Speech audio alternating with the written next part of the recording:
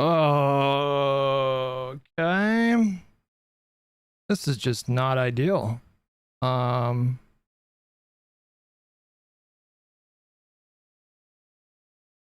know the weather was really bad. Like it was really hard. Like there was a flood warning last night. I don't know. I don't know if it's the weather going on right now or what it is, but it's frustrating. Sorry about this, guys. It's not my fault, I swear.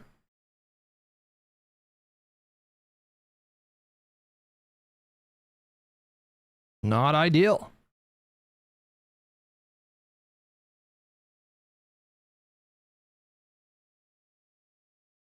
Ask your live and learn co-hosts to ask Newsom while Cali internet sucks. Honestly, the internet is normally fine. I don't really have a lot of problems with the internet.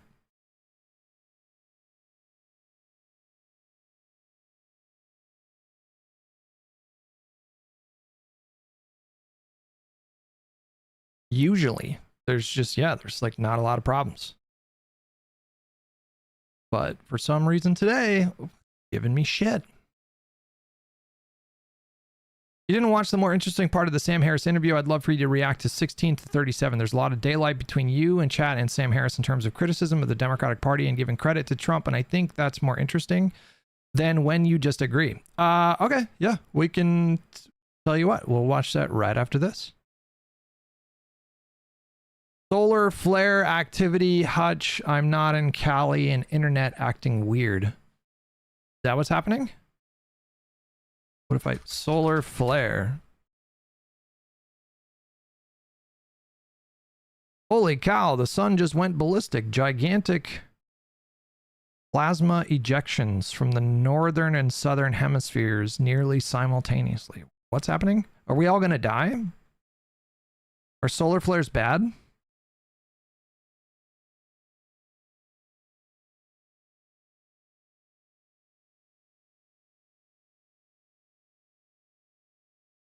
Well, I know they happen all the time, but like...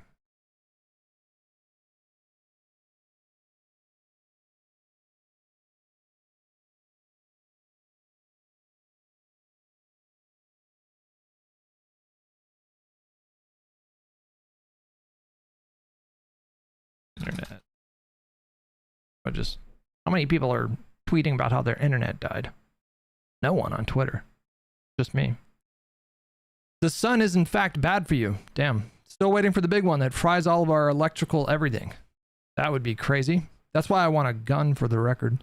Burchardino. Thank you so much for 15 months.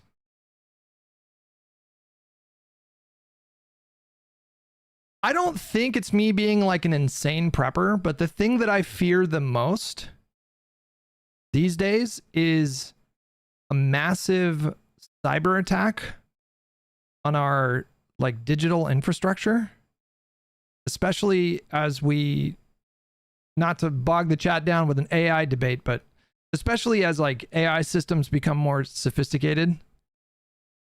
Like, can you just imagine if there was like, can you just imagine if like multiple countries at the same time just aggressively attacked our digital infrastructure and just took all of our electronics offline? I just feel like things would spiral so quickly if that happened. Like, I don't think it would take more than a couple of days before shit got really bad.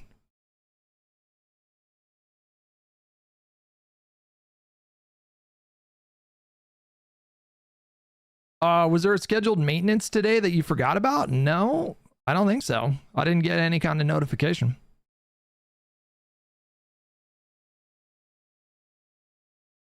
Maybe we should make an AI that protects our infrastructure. Yeah, we can call it Skynet.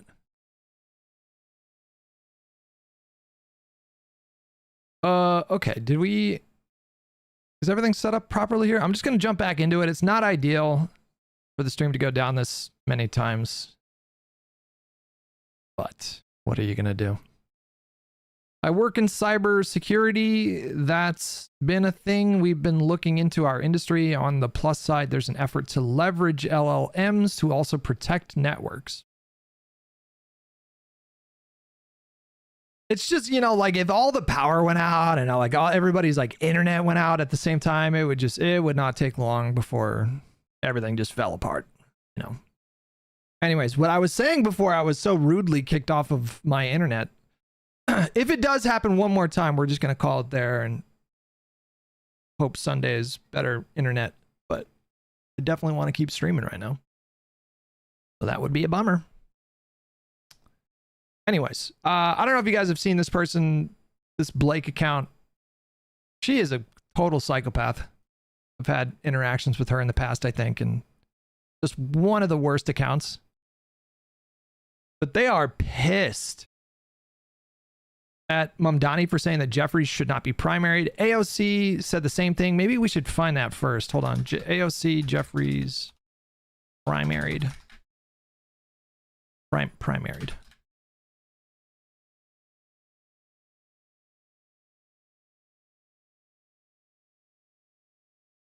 Actually, here's the same account. Furiously tweeting about this. But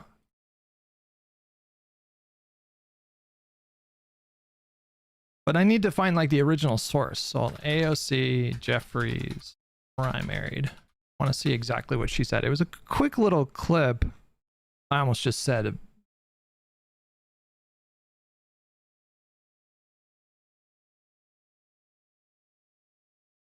something sexual. Where is the clip of AOC saying that Jeffries should not be primaried?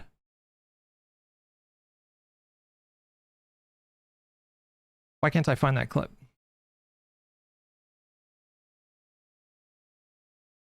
Was it, maybe it wasn't a clip, maybe I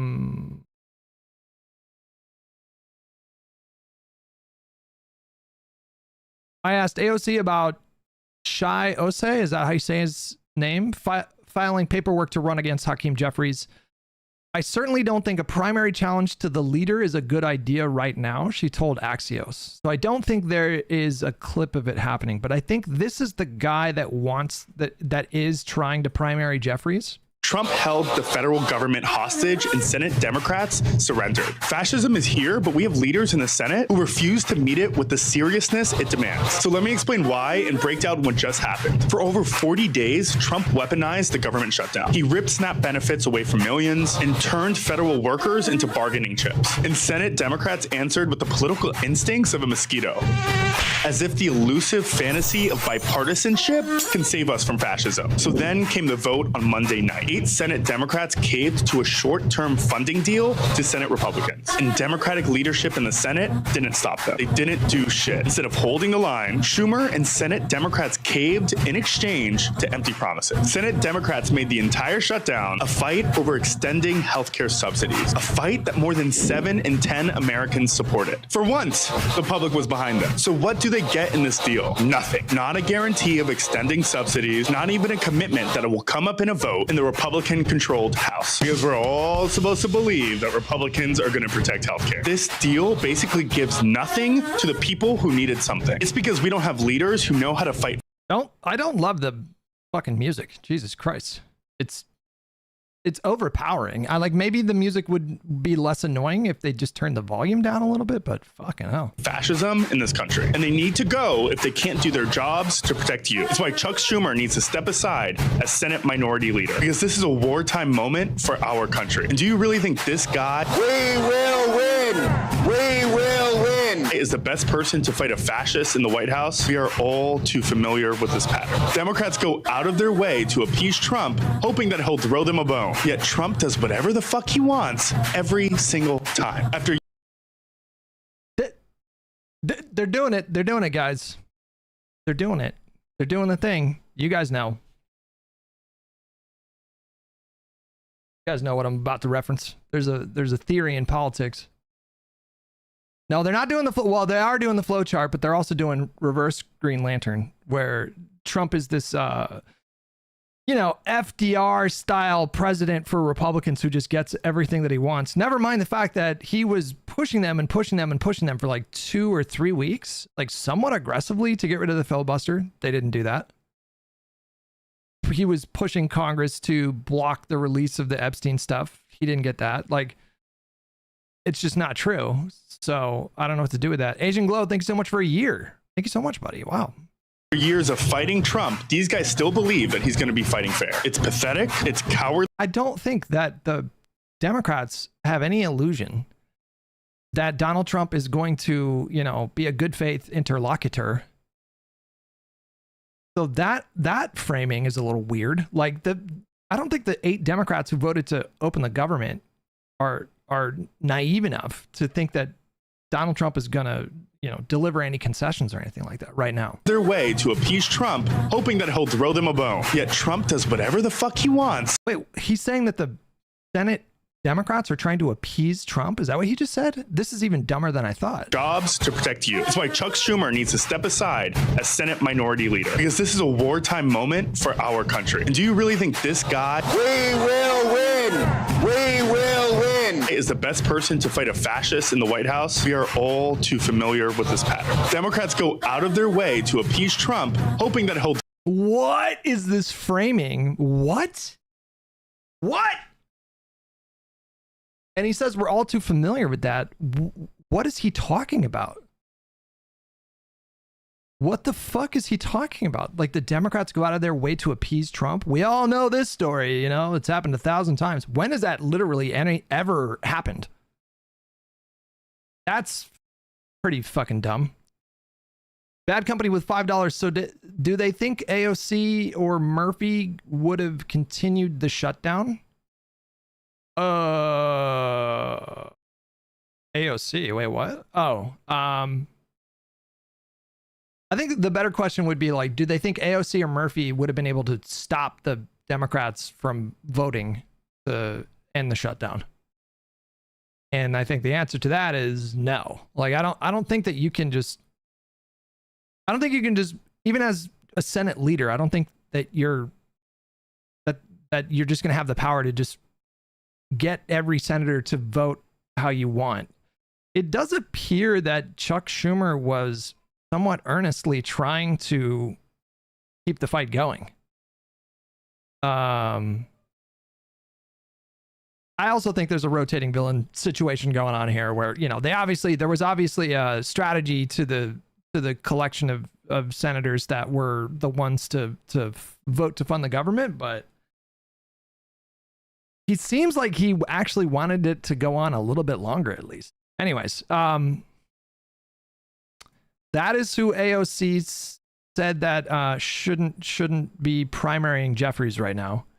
And this person was very angry about that. I think she's kind of tapping into the larger sentiment. See, and this right here is why I did not fuck with her and Bernie Sanders' Fight the Oligarchy tour that happened recently when everybody else was fawning all over it. Well, now I want to check. Hold on. We're gonna check. Hold on. I'm gonna look up in their account. I'm gonna look up AOC Bernie. What were you tweeting about when they said this? Hold on. When did they start the oligarchy tour thing? I feel like that was relatively early in the Trump presidency, right? Bernie and AOC aren't fighting oligarchy, and you need to stop celebrifying politicians who aren't going to save you. All right, so it does seem like she was speaking up about this some months ago. So this is like the model lefty. It's like, this is the, to be clear, these people I think are pretty fringe, but this is the kind of lefty where like AOC and Bernie aren't left enough for them and they don't like them. So this person is probably like the farthest, like 2% left in the country. Because it's very easy to say, fight the oligarchy, stand up to the establishment, when it's vague and faceless and nameless. But then when somebody takes your advice and says, you know, I'm going to primary the guy who is completely funded and controlled by Wall Street and AIPAC, you go, oh, did I say fight the oligarchy? I didn't mean ours. Similar to what Bernie said when he was asked about Chuck Schumer. Jeffries is an oligarch? Is that what she's implying here? Disastrous handling of the government shutdown. He's like, well, I'm not going to call for him to step down, but make sure you stand up to the establishment. Okay, so you guys want to tell people to stand up to the establishment, but then when they do in your own party, you're like, wait, he didn't mean like that. Which is particularly galling because we all know that AOC has her seat because she challenged an incumbent in leadership. And remember, this is the same AOC She didn't challenge a speaker though. There's a little bit of a difference there. See, James, did I get you for 83 months? I'm not sure I did. Bucardino. Thank you guys. Appreciate it. See, that trying to gaslight all of us and tell us that Joe Biden was the best person to run for re-election, that he was fine. This is just the newest example of why I don't trust her. This shit was the nail in the coffin for trust. She and Bernie are hypocrites, but I already dealt with Bernie in the other video. She is a hypocrite because not only, as I said, did she get her seat in the first place by challenging an incumbent, but what I also need everybody to understand is that it's in moments like this that you realize how unserious they are about change. How all that, oh, stop oligarchy tour is bullshit and they don't mean it. Because when push comes to shove and somebody actually says, you know what, Hakeem Jeffries is really fucking corrupt, we should primary him, she swoops in to go, I don't think it's the right time. The same bullshit that they try to manipulate you with every single fucking election, whether it's the midterms or the general election. They constantly tell you, oh, it's not the right time, it's not the right time. No, it's always the right time to oust an AIPAC shill. Thank you. See, in this right here. Anyways, and then she was equally upset that Mamdani said that Jeffries should not be primary. We talk about Hakeem Jeffries for a moment, who now may face a challenge from TOSA, who is a member of the DSA. You said that there are local issues that Mr. Osei should be focused on, maybe should remain a councilman. Are you saying he should not run against Hakeem Jeffries? No, I'm saying that I think the focus should be right here on New York City. I respect the work that Councilmember Osei has done. What does that mean? Should he not run? I think that right now is not the time to be engaging in that kind of a primary. Let me just say before I respond to this nonsense that anybody who wants to come in here and go, I told you he was gonna, you can fuck off. Democrats sucking is not revelatory. I guess some of you guys think that's an own because you think it's binary. Like you either have to be outside of the electoral system or you have to constantly kiss the ass of Democrats. Anyway, this video is not about arguing with other people on the left about electoralism versus not. It's about this bullshit. This is fucking bullshit. What kind of horseshit is this? How come no one asked him why? Because this was the shit that AOC pulled the other day. Oh, it's not the time. Why? I think I can answer that. I mean, tell me if you think I'm right. And Dasvidania, I'm curious to hear what you think. I think they both understand that there is no political appetite to unseat Jeffries and that they would lose that fight spectacularly. I think that's why they're saying it's not the right time. It's not that they literally think that it's not the right time. If there was a genuine opening and an appetite to get rid of Jeffries, I think probably Mamdani and AOC would probably both be on board. But they understand it's just not politically viable. There's no clear path to actually accomplishing that. And so they give the political answer, which is that it's just not the right time. But if you read between the lines, what they're saying is like, you know, his challenger doesn't have the Riz, or, Jeffries has too much institutional support. He has too much support from his constituents, and there's just no way that's going to happen. But if there's one thing that you can do to trigger someone like her is just tell her something that is impossible. Like just describe something as impossible. It could be anything. In the brightest day and the blackest night, no evil shall escape my sight. I don't understand that reference. I think that is like their kryptonite, is if you just calmly explain that something is impossible. They hate hearing that. Oh, I see. The Green Lantern stuff. Yeah. Gotcha. I don't know anything about Green Lanterns. I don't know anything about DC Comics. Everything I know from DC Comics is from the films that I've watched. That's it. Why? Why isn't it the time? Can either of you explain why it's not the time? Because you know what I think? Democrats love to tell people it's not the time. They love that. It wasn't the time to criticize anybody in the Democratic Party during Trump's first administration because we had to resist the administration. Then it wasn't the time to criticize the Democratic Party during the primary because we needed to consolidate to beat Trump. Then after Biden won it, wasn't the time to criticize them because he needed to get his agenda through, of which, of course, he didn't. Then it wasn't the he got what, 70-80% of his agenda through legislative? Time to criticize them because we needed to keep our powder dry so that he would work with the progressives, in which he, of course, did not. He did. Then it was, oh, you can't criticize him because he's going to be running against Trump. And then he imploded on stage and melted, and everybody saw that he was like literally senile. So then they brought in Kamala and went, okay, but now you can't criticize the Democrats or her now because we have to beat Trump. This isn't the time. Okay, so when is the time? When is the time? It's When's the time for what? Like, what? I mean, just like a complete takeover of the party? Is that what we're talking about? almost like you guys are saying there is never a good time to participate in democracy. It's That feels like a bit of a straw man. almost like you're saying that it's never a good time to criticize the Democratic Party. That line is not only such trash, because to say that it's not. I don't know. Is there anybody who's saying don't criticize the Democratic Party? Like, is anybody saying that? It's like it's like an ancient pastime for Democrats within the coalition to criticize ourselves. We're constantly in a circular firing squad situation. It's just a constant posture, you know. Sometimes it's a little bit better than others, and it's not horrible, but I don't. Is anybody saying like don't criticize the party or Jeffries or Schumer, or just like who's saying this? Excuse me. I'm trying to be better about pulling my head away when I burp. Somebody left a YouTube comment saying that they had to stop watching the streams because I burped into the mic too much. I was like, damn. Kind of disgusting now that I read that. Nick, thank you so much for the tier 1 membership. Appreciate it. The time to participate in democracy is to say that you don't believe in democracy. You don't believe that people have the right to participate in democracy from the party of democracy. I mean, this is just an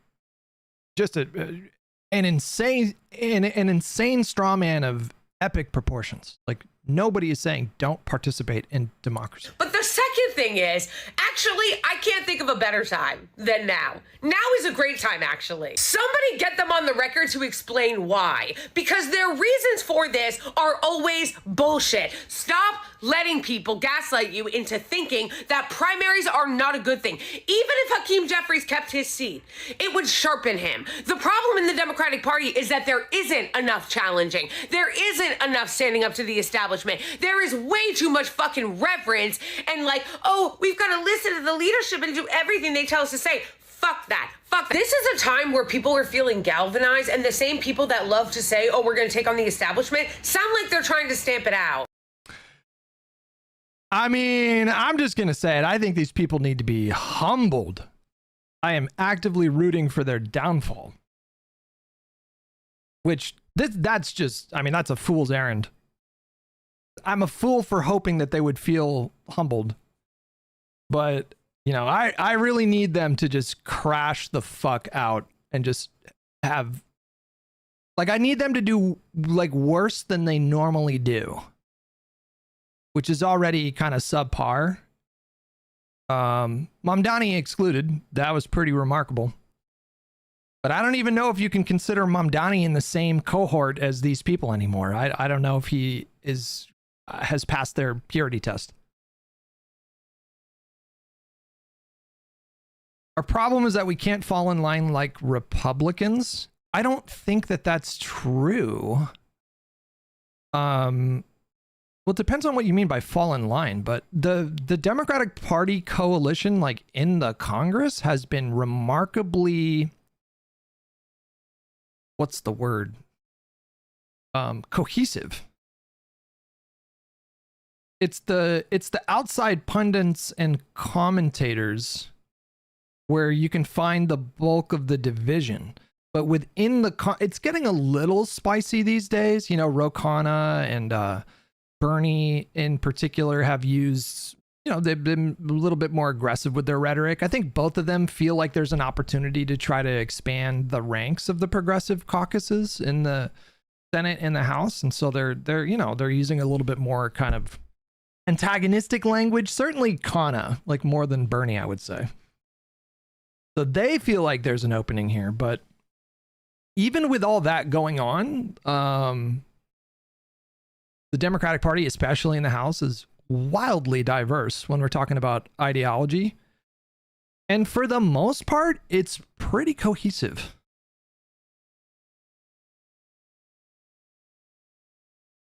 for all the talk about like Dems in disarray, there's a lot of array that I see.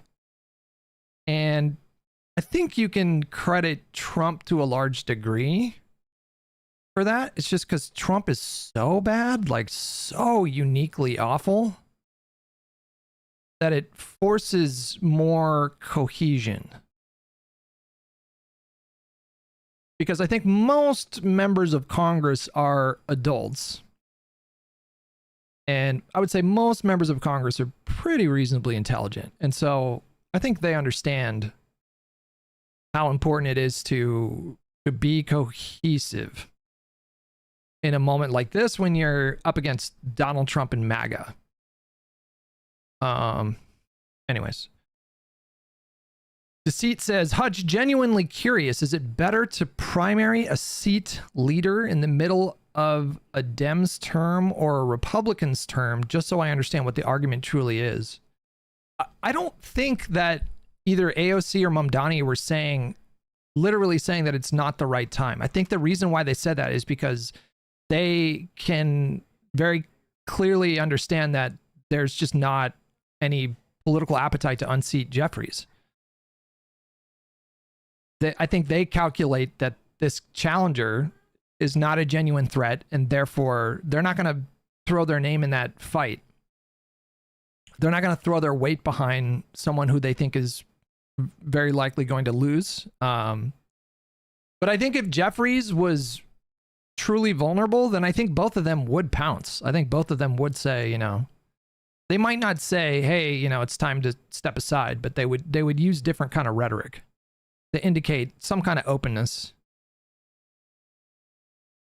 Most members of Congress are adults. I cannot agree with that one, Hutch. Well, I'm talking about on the Democratic side of the aisle, but even on the Republican side of the aisle, like these are not dumb, these are not stupid people for the most part.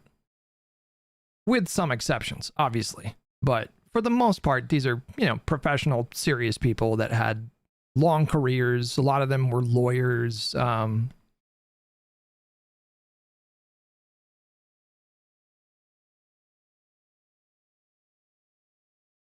They're keeping their powder dry. They want to work with Jeffries for the next year. Yeah, I think they can see that Jeffries is very likely to survive this primary challenge. And I would imagine both of them, probably AOC more, but I would imagine both of them are, probably thinking, okay, I'm going to have to work with this guy.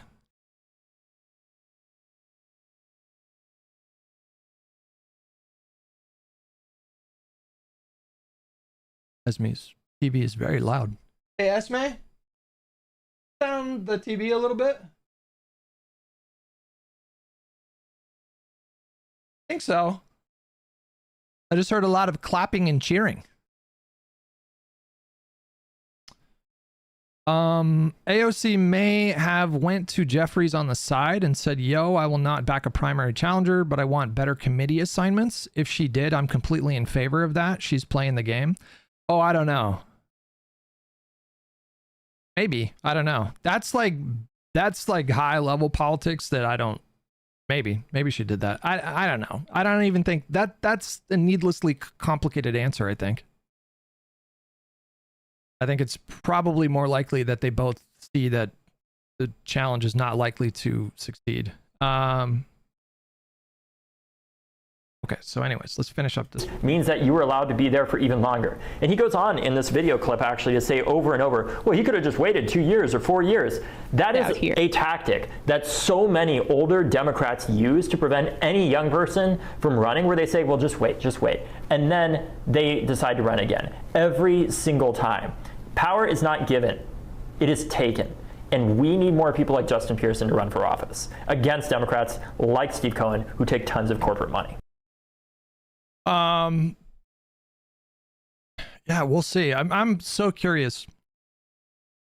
I am so curious if they're somewhat successful at unseating a lot of these older incumbents, or if it's just a spectacular failure. Cameron Kasky went on Majority Report yesterday and dived into some more details about what his campaign is all about. And so let's hear it from his own mouth. I'm looking forward to talking to him about it. We'll be right back after this. We are back, and we're so happy to be joined now by Cameron Kasky, candidate running for Congress in Jerry Nadler's old seat in New York 12. Cameron, welcome to the show. Great to have you on. Great to be here. I've been a fan. Yes, I know. I mean, I think we briefly met years and years ago before COVID. Bandit with the tier 1 membership. Bandit, thank you so much. Turtle, thank you so much for the tier 1 membership as well. It changed everything, but I'm not sure if you remember that. I was in Nevada. Oh, the Bernie Nevada night when everything was amazing and the world was good. And for one night, it seemed as though everything would be perfect and everybody would win. Yeah, Bernie. 100%. I won money on that trip to Vegas, too. I won money on that trip. And Bernie. Oh, no. Was this the 2020 primaries? God, man, that was so traumatizing for these people. You got it, King. I can't gamble. One of the first things they tell you when you get that to talk about. Such a fun night. It's great. God willing, it's Nura. Yeah. Ben with 20 Canadian, little Canada black pill lefty story. For the last 2 years, Justin Trudeau's government, he was propped up by the far left party. It was the most legislative influence they'd ever had, and their base hated it. Interesting. Yeah, that may talk to you here about your run because one, you obviously have been in activism, thrust into activism, really unwillingly since you and your classmates experienced the horrific Parkland shooting in 2018.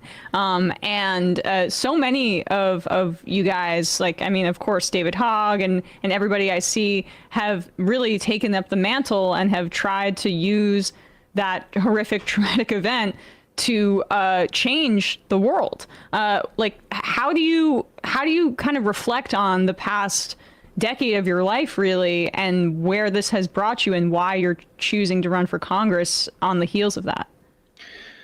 Well, I mean, unfortunately, I'm from a generation where there are a lot of school shooting survivors, and I have Janssen with the tier 2 membership. Thank you. Met a lot of school shooting survivors. I was born after Columbine, just to age myself a little bit. I was 11 years old when the Aurora shooting happened.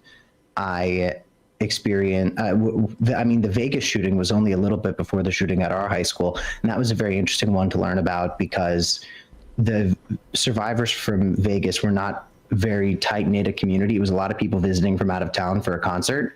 And we learned very little about that shooter. We learned alarmingly little about that shooter who was somehow able to murder, I believe, over 40 people from an extremely high vantage point with a gun, where that is a very challenging thing to do. We just didn't learn much. But I had a bit of a political. Oh, somebody said Cameron Kasky was 25. Yeah, he's 25. Upbringing, just because my parents raised me watching Jon Stewart and stuff like that. So I had an understanding when my younger brother and I were hiding in a classroom from the shooting, unaware of where. I don't know, man. Jon Stewart.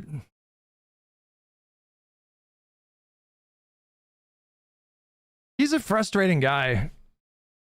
Jon Stewart frustrates the shit out of me. Because I feel like there's like some competing things that pull me in both directions in my mind.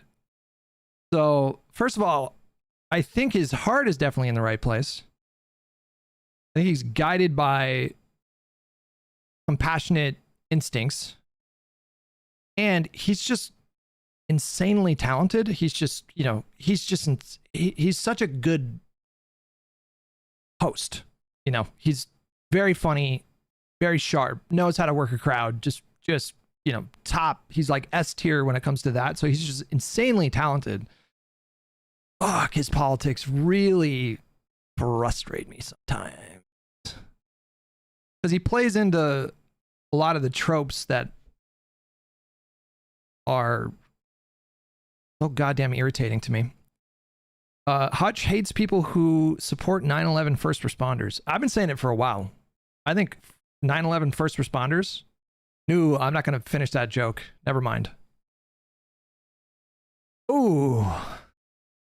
That would have got clipped. It would have been a joke. It would have been totally sarcastic, but man, that could have been clipped. Never mind. Now that's instinct right there, guys. That's growing up. That's getting older. That's maturing. Did Hasan have another state media interview? No. Well, I don't know. Maybe, I don't know, but we'll watch that after this. I just want to, I'm keeping an eye on the prospective leftist Tea Party stuff that's going on. I think that's going to be a really fascinating story in 2026, just to watch all those campaigns materialize, and just, I want to know how successful they're going to be. And I have a lot of concerns about them. I'm actively rooting for their downfall, but yeah. The shooter was, because we saw videos of the violence that were getting sent around. And I don't want to knock whoever designed Marjorie Stoneman Douglas High School, but every hallway looks exactly. Why are we hating on Jon Stewart? So, okay. There's a theory in politics. He does Green Lantern shit like constantly.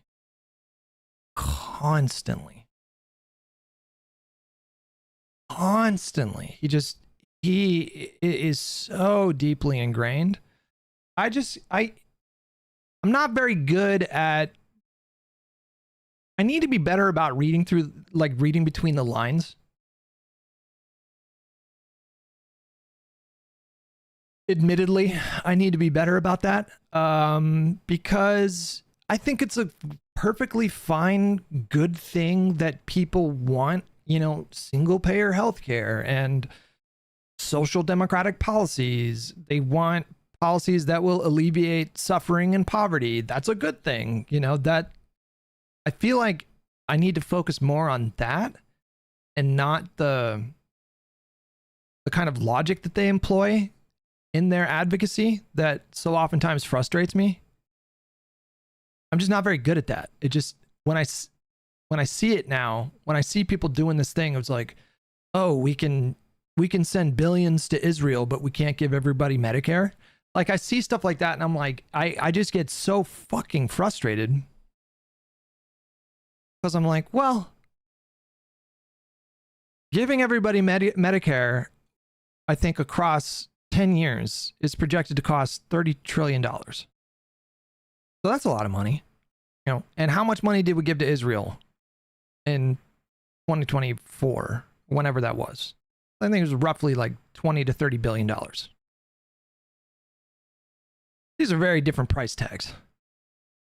One thing is very clearly about 1 billion times more difficult to accomplish than another thing. And it just drives me insane.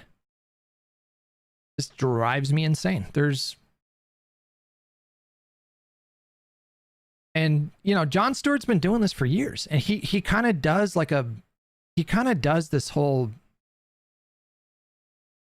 like populist brain rot stuff where, he kind of traffics in rhetoric that maybe I'm being unfair here, but I feel like he does the whole like both parties bad thing. Like, I think I've seen enough clips of him where he does like the both sides bad thing too much. It just bothers me. It just pisses me off. Gets under my skin.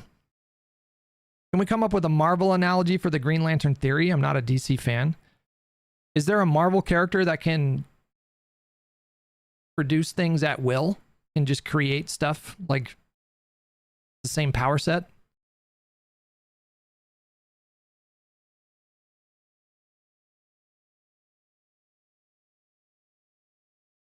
You could pay for the US NHS by cutting 2% of the military budget.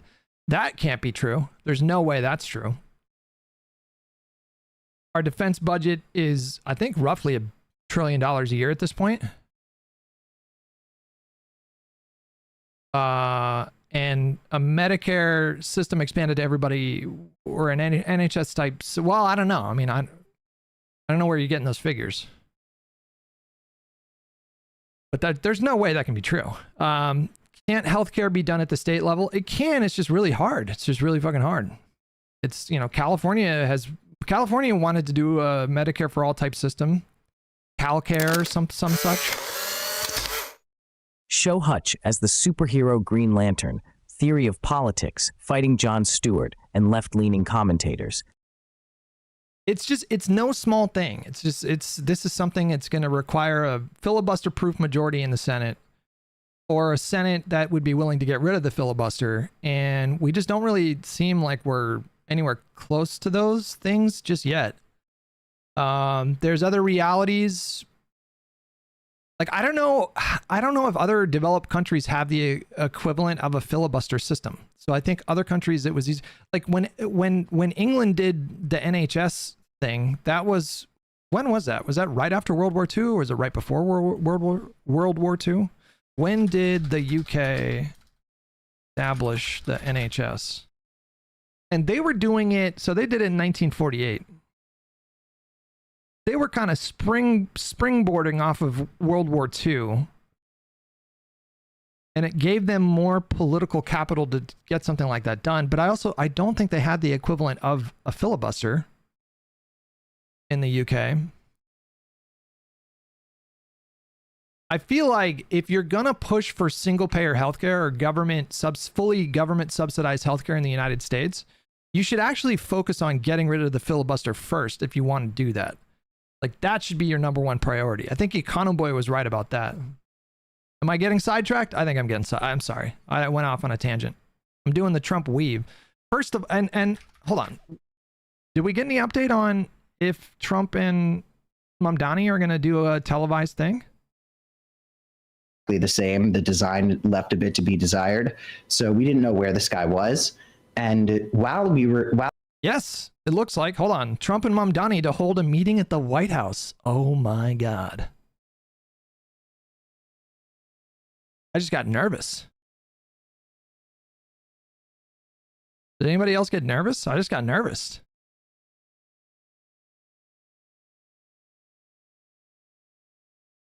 I hope he's ready, because they're gonna try to humiliate this guy, man.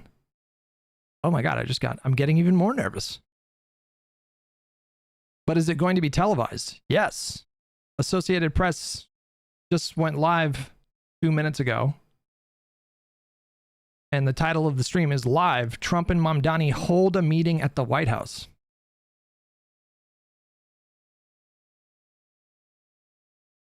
You guys are saying it's at 3 p.m. East Coast, so in an hour?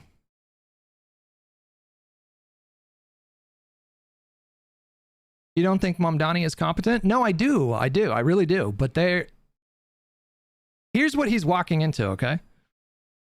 Let's just be clear about what he's walking into.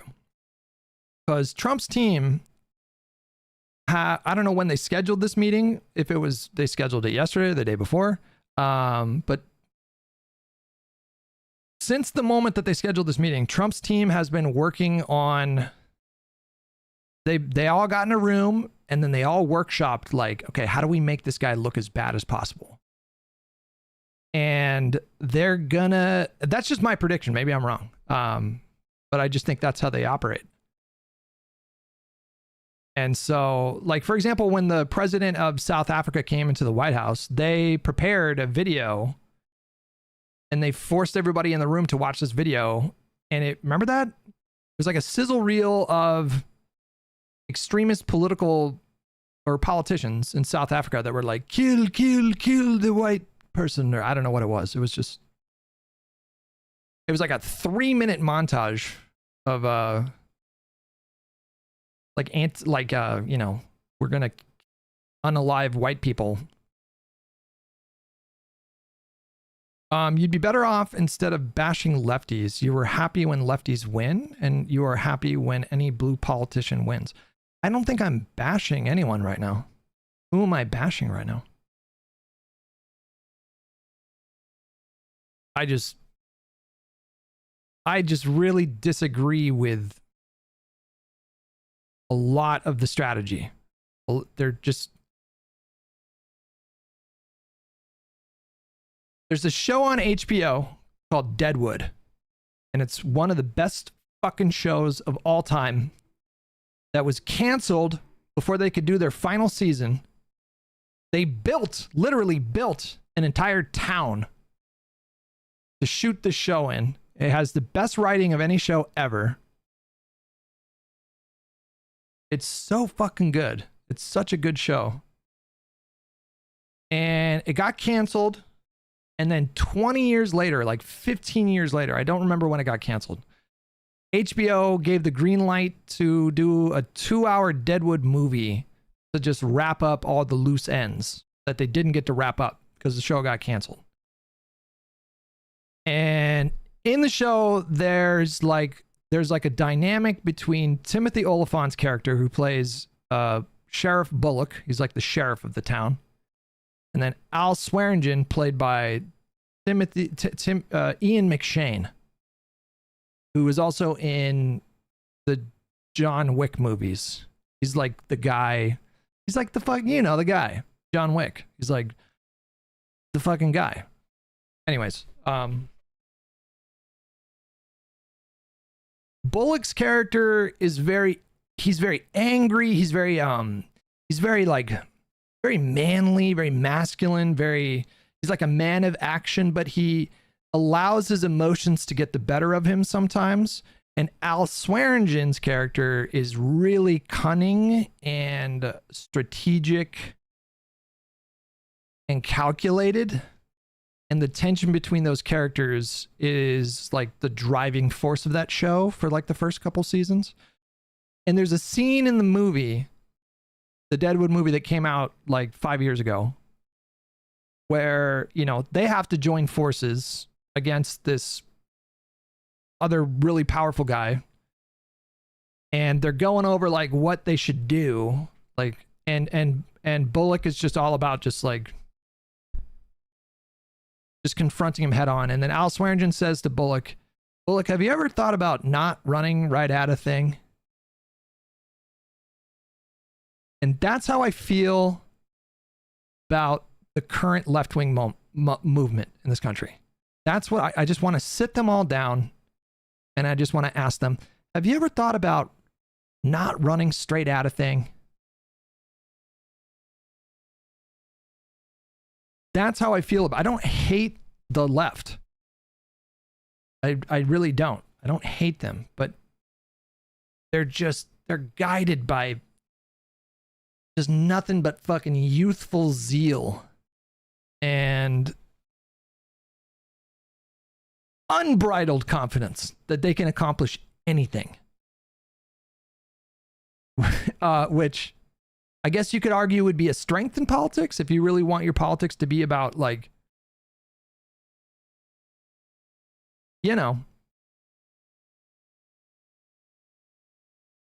accomplishing new things and expanding the social safety net and making people's lives better. To a certain extent, you want your politics to be aspirational, but I don't think they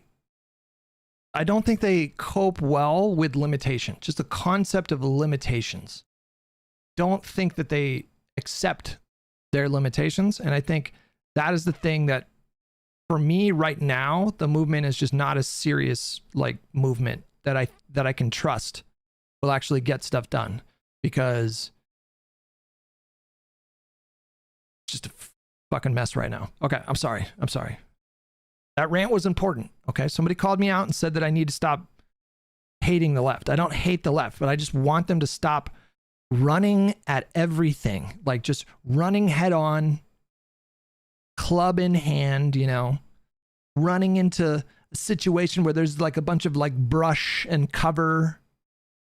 They don't know where the enemy is positioned. They're just fucking running straight at it. Guys, Econo Boy is live? Wait, what the fuck? Ain't no way. Wait, what? Heavier than the earth. Shut up about the sun! Shut up about the sun! What is that about? What is that? While I was in the classroom that we were hiding in, one of my first thoughts was this is the direct result of the gun policy we have in this country. And that's what motivated me to invite a lot of my classmates to my house to start March for Our Lives. Was I knew the cameras were coming to Parkland. I remembered that from Sandy Hook, and I knew they were going to want to film us talking about how sad this was. But I said, no, we need to be pissed off. We need them to see that we know what this is about. This is about the guns. The same gun shows up at very many of these mass shootings, and we need to talk about it. We cannot let the cameras leave Parkland without as many of us as possible getting in front of them and saying, this is about the guns. They wanted to film us crying. I wanted them to show that we were not going to let the gun lobby get away with this. And that's what we dedicated a lot of our advocacy to. And honestly, over the years, my heart broke and I stopped believing that we could make a change because we didn't get a lot of the things that we were advocating for. There were over like classic young lefty moment. I had a moment like that. Listen, dread it, run from it, but being jaded is inevitable. It comes for us all. 300 gun laws that directly attributed our activism to how they got passed. And I don't want to act like there weren't victories. We thought we were going to get a assault weapons ban. And I know that seems utterly fanciful given the country's relationship with guns looking back. But at the moment, we had so many people who we respected and admired telling us that we were going to be the ones to make the difference. And we believed them. And I let it break my heart, and I let it make me lose faith in the system, because the more and more we learned about the shooting, the more my classmates and I recognized that the shooting was not something that happened in spite of America. It was something that happened because of America. So we got involved. I gave up, and I gave up the fight. And then I spent some time touring communities around the country that had been affected by gun violence with Manuel Oliver, and his wife Patricia, and their son Joaquin got murdered at our high school, and they have an empty bedroom in their house and an empty seat at their dinner table because they lost their whole world. They lost their son. They lost more than I could ever imagine losing, and they were still willing to fight. They were still willing to travel across the country to actually make a difference here. And if they, after losing what they lost, still had the fight in them, who am I to not keep trying? And then this genocide happens in Gaza. And at the time, when it first happened, I did not really understand the nature of the colonial violence that leads to something like this. I had been raised to think that Israel was just this really cool vacation destination where you get a free trip when you turn 18 and you get to get wasted and hang out with physically attractive IDF soldiers. So it took me time to learn the nature of this reality. But when it happened, I was so surprised that more and more people from the gun violence. That reminds me of that tweet from Hasan a couple weeks ago that I thought was so unhinged. The Variety tweet about Gal Gadot. You guys remember? Oh, I can't find it now. Hold on. Violence prevention community weren't standing up against this, because my adult life began with me calling for an end to. Hasan Piker calls Gal Gadot a dog shit actress and quips she has no business being at the Oscars for the crime of what she has done to not only the DC franchise, but really any movie that she's been a part of. All jokes aside, he continued, Gal Gadot serves an important role in normalizing Israel as not a fascist ethno-state, but instead a place where a lot of beautiful women come from. And those beautiful women happen to serve in the IDF, because there's also this weird sexualization of the forces as well that takes place. And it plays another role in normalizing Israel and its activities and actions and whitewashing it. It's like, Jesus, what? Like, what are we? Like, she can't, listen, I'm not a big fan of Gal Gadot's acting, but she can't control that she's just unreasonably hot, It's not like the Israeli state engineered her in a lab to be like very beautiful. So to serve their propaganda efforts, I guess. Mass violence being committed using weapons manufactured in the United States of America. And we were watching this on a much bigger scale. And I was like, how is it acceptable when children and adults, innocent people, are being slaughtered at my high school? But how is it, how is it unacceptable when that's happening, but it's acceptable when the people being killed are brown Muslim. So that energized me a lot. And that was a big motivator for why I got involved with this race. Was I knew it was going to be a race where a lot of the candidates, due to the demographics in this district, wanted to just kind of get away with being like, oh no, you know, what happens in Gaza is terrible. It's terrible that this is happening. We need a two-state solution and everything. And I was like, no, I have a platform. I have tools in my box where I can actually make a difference here. So I'm going to use every tool at my disposal to draw attention to a lot of different issues that a lot of people might not go as hard on, but this was a very meaningful. Hold on. Here's the one thing. I just want you to, the one line that I'm talking about. Fucking what? I let the offer sit. To what fucking end?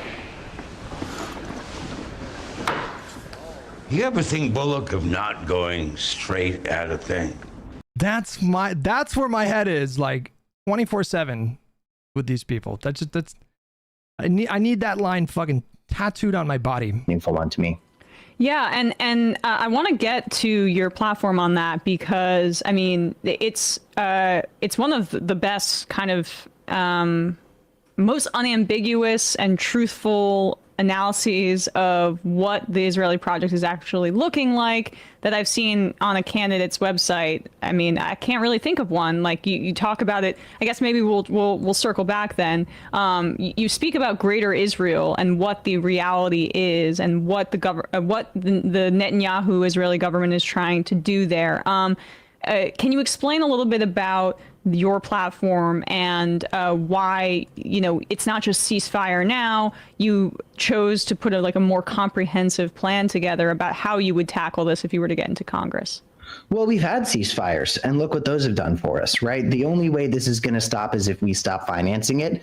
And to the people in my district, the many people who are very pro-Israel, I say to them, there's nothing better for the state of Israel's survival as a state than us immediately putting our foot down and saying, you cannot commit this colonial violence anymore, because the state of Israel, after October 7th, had an amount of international goodwill that was like America after 9/11. The whole world stuck their neck out for the state of Israel. And it was as if the acts of violence that Israel had committed in the years leading up to this for decades, it was as if the Nakba didn't happen. It was treated like the state of Israel was almost like a young child who had been violated. And everybody was going out and saying, you know, you guys are this angelic, beautiful spirit. And in the years since, they have called people who had been their allies for decades Hamas sympathizers, because, you know, France, Australia, Canada, they said that they would recognize a Palestinian state, which, by the way, has been the moderate position on this for decades. They have allies who are signaling something that is not necessarily as radical as Netanyahu and his entire government's agenda. And they're calling them terror sympathizers. And I'm like, hey, Israel, this is not helping you. This is actually putting you at risk even further. Every single bomb you drop, every single sniper bullet that you send into the skull and chest of a young child waiting in line for water, and that's not an anti-Semitic conspiracy theory. This is something that's been reported on by the UN. Like, all of this is radicalizing more people, and the next 100+ years of violent Jew hate is going to be directly attributed to the actions that the state of Israel has taken, the genocidal actions since October 7th. As for Greater Israel, you know, when I first heard about it, it sounded like an anti-Semitic conspiracy theory. At this point, I'd already taken a very pro-Palestine stance, but I heard some people talking about Greater Israel, and I was like, yeah, this is something that the neo-Nazis online would talk about. I mean, like, if there was some kind of, I don't know, it just doesn't feel like. Oh, Dasvidani, did I miss a $10 dono? Stuart believes in the trap that the reasons we don't have things he thinks are good is because people are being paid off. It's self-centered because he can't imagine that people don't agree with him. That's the other thing too. It's like, yeah, he's a little bit like Jenk in that regard. This idea that if there was some kind of like anti-Jewish violence that happened in the country, which, I mean, we've already seen that happen a few times, but like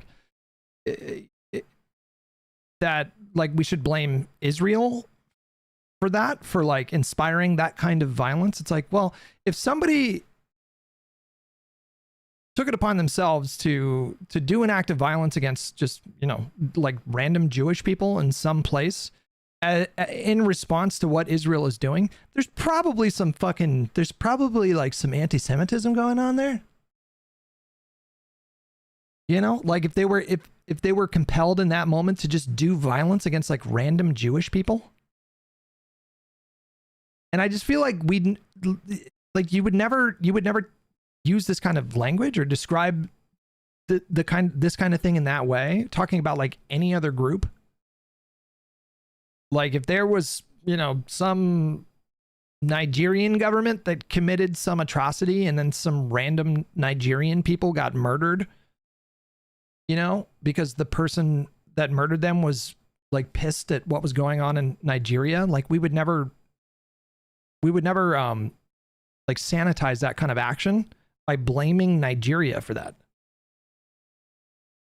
Frustrated liberal with $5. This is so frustrating. He's completely obsessed with Israel. Has he spoken once about what he'd do for his constituents? They did talk. I mean, I don't know. Like when we watched his campaign launch, like the campaign ad that they launched with, kind of spoke about affordability stuff for like 10 seconds and then focused a lot on guns and Israel. And I just don't think that that's going to propel him through a primary in New York. I could be wrong, but then it's like, no, it's something that Netanyahu says he has a spiritual connection to, and it's something that is in the charter from 1977 of Netanyahu's Likud party. There's this thing I've noticed about the state of Israel where there are a lot of things said about their agenda that sound like anti-Semitic conspiracy theories, but then you look and it's like, no, this is a direct quote from one of their parliamentarians. Like, I get called an anti-Semite for directly quoting the Israeli government. And I'm like, hey,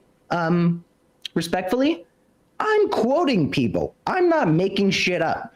I am just saying what the state of Israel's government, but there's no evidence that, I mean, there's no evidence that Netanyahu wants to like just fully annex Gaza and I guess just expel everybody there. He wants to establish like a permanent military presence, but especially, and then if we go like before October 7th, there was never any action to indicate that Netanyahu's like long game was about annexing Gaza, like everything from the river to the sea. It was more about blocking Palestinian statehood than annexing Gaza. Elected leaders there are saying.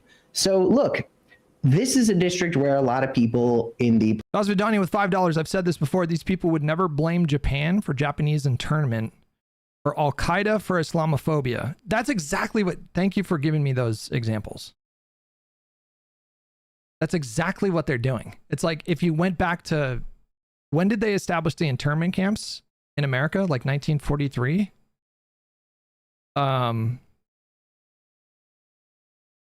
They would never blame Japan, like Imperial Japan, for the internment camps. They would just call that a racist American policy.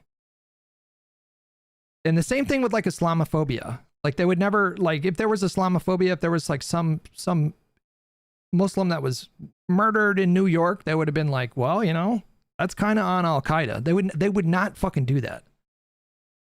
And yet they use that kind of logic when we're talking about Israel. And it's just, I don't know what to make of that. I don't know what it is particularly about Israel.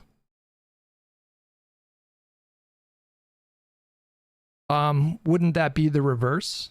No. So like Israel is this state actor that did this bad thing in Gaza. And then Cameron saying, well, now you're putting Jewish people at risk because of what you're doing. And it's kind of putting the blame on Israel if there was some kind of like anti-Jewish violence that happened as a result of that.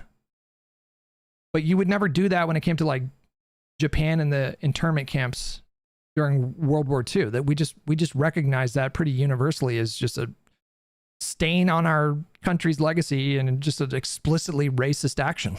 Political consulting class will tell me it's political suicide to assume the positions that I assume. But as we saw in Zoran's victory, I know people who are Zionist Jews who went and voted for him, not because they agreed with him on Israel, but because they connected with the fact that this is somebody who is speaking on principle and on their own moral convictions. And I do believe voters respond to individuals who mean what they say and say what they mean. And I do not believe you can manufacture authenticity. I confess, I do need to manufacture a sense of seriousness, given that I'm a 25-year-old who makes podcasts with woke neocons at the Bulwark. But like, so I do need to show people that I can be a serious adult, and that is a gap I need to close. And that is something I'm very dedicated to. But I am an authentic person.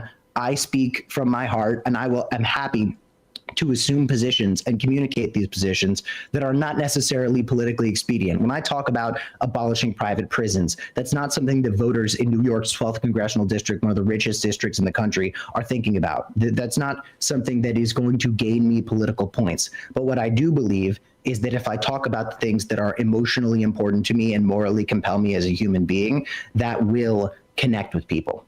Seems a bit naive that he thinks that just to Vishy, what's up, buddy? Thank you so much for a year. Vishy, are you still in here? Thank you so much for that, buddy. He thinks that just by being authentically himself, he can, I guess, move people in his direction. That feels a bit naive. I think that's true to an extent, but the extent of that, I think, is there's limitations to that. Like, I don't think him being authentically himself and speaking with authentic passion about the issues is going to change people's position on, you know, one state versus two state. Seems unlikely, but we'll see. Right. I mean, talk a little bit more about some of your other positions. I mean, you're a Medicare for All guy, for example. That's really exciting. Tell us about that. Okay, my hot take, if I can be real with everybody, is that that's the moderate position at this point. Like, Medicare for all? Wait, what? What would be the non-moderate position? Medicare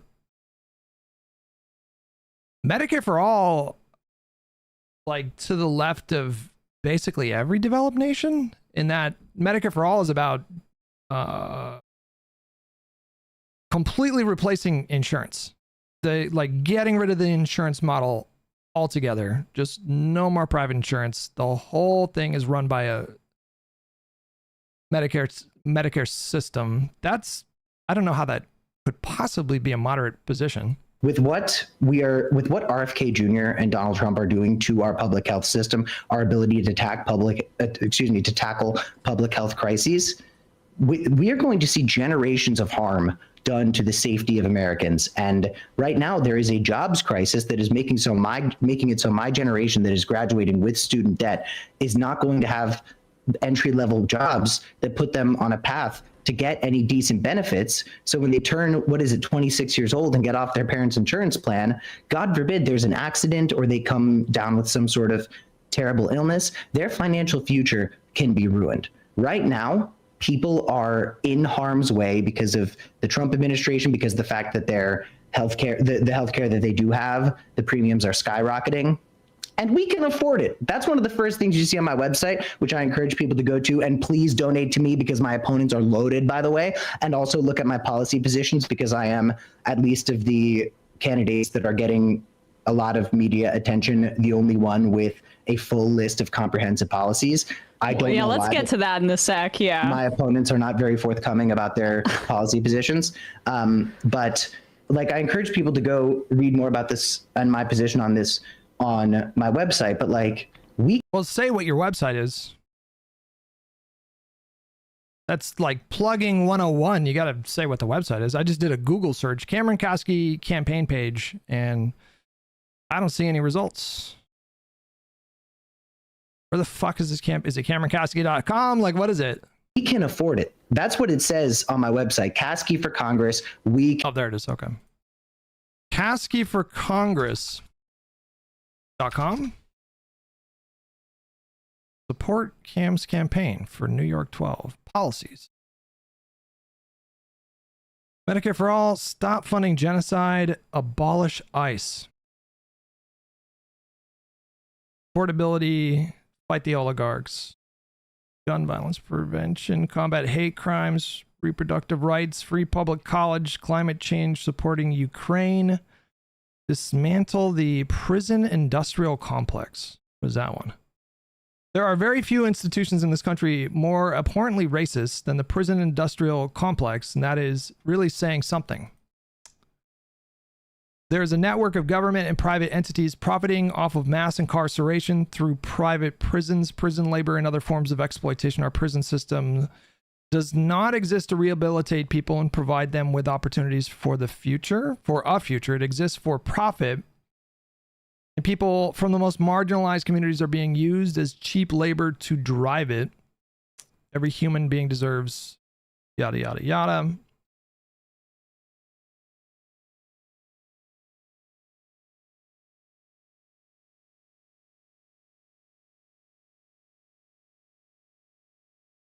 Okay, this is not a policy.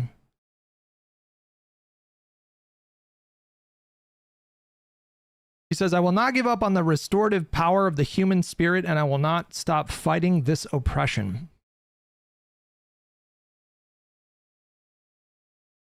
There's actually no policy here. He's just talking about how the prison industrial complex is bad. Okay.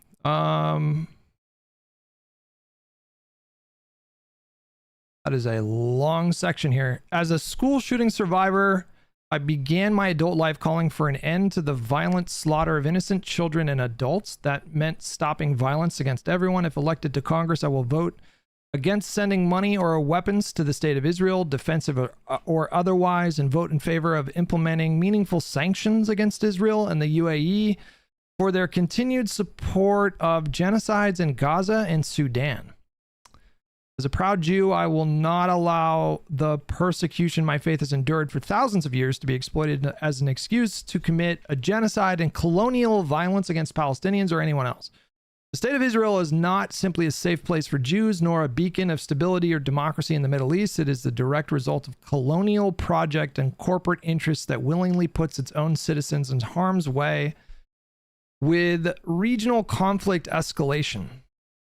There's another group in that region where I think this probably even more applies. The state of Israel's actions endanger Jews across the world by falsely associating its own violent, horrific acts with our very existence. This humanitarian crisis is so inhumane that there are United States Congress people who own stock in the arms manufacturers that sell weapons to the state of Israel, while these same legislators back billions in arms sales. They are not only supporting a genocide, they are financially invested in it. A massive contributor to this moral atrocity is the pro-Israel lobby, a collection of organizations that spend insane amounts of money on placing politicians in our government who operate in the interest of right-wing nationalist Israeli government and their military intelligence operations. As Americans struggle to afford the groceries and childcare needed to support their families, we are sending billions of dollars to put bullets in the guns that are firing at children waiting in line for fresh water. The UN reports that the IDF is deliberately inflicting on the group conditions of life calculated to bring about its physical destruction in whole or in part. Wait, what?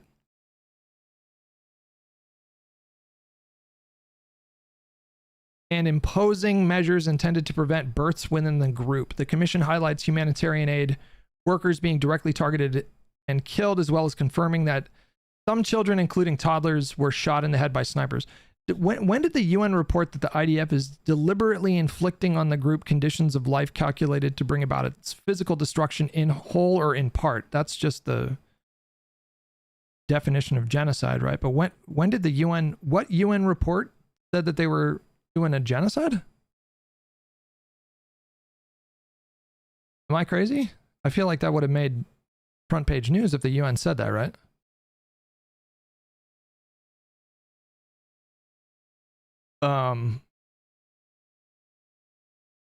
That report used the same out of context quote from the South Africa case.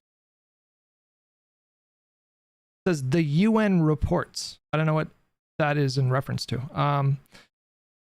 Americans' tax dollars should not be spent on children getting shot in the head by snipers. We must blockade to Israel and conduct the largest humanitarian aid campaign in history. We must sanction UAE and prepare to support all humanitarian efforts to provide aid to those suffering from the violence and displacement of RSF's genocidal war in Sudan. Medicare for all.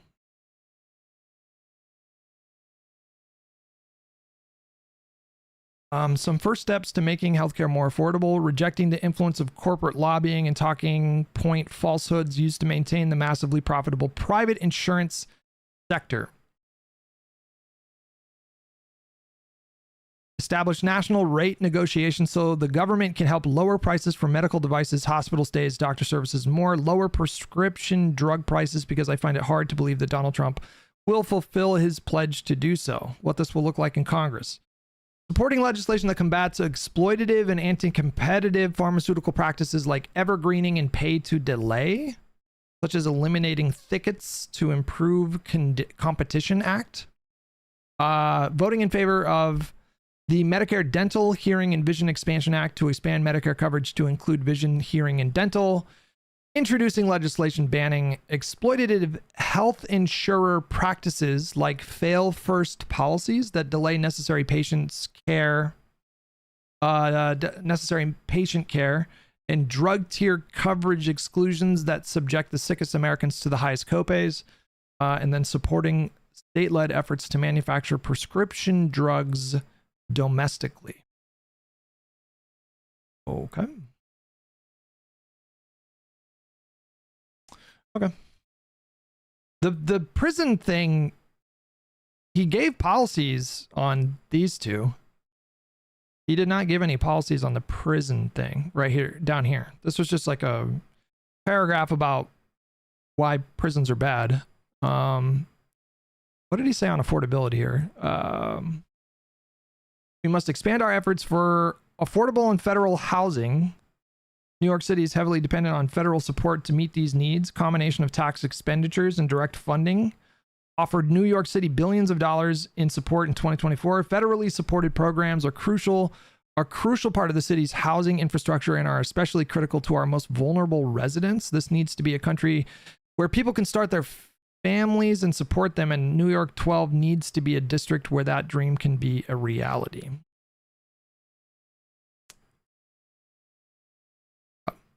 Dasvidani with $10. It's because they don't view Jews as a minority. They see us as white.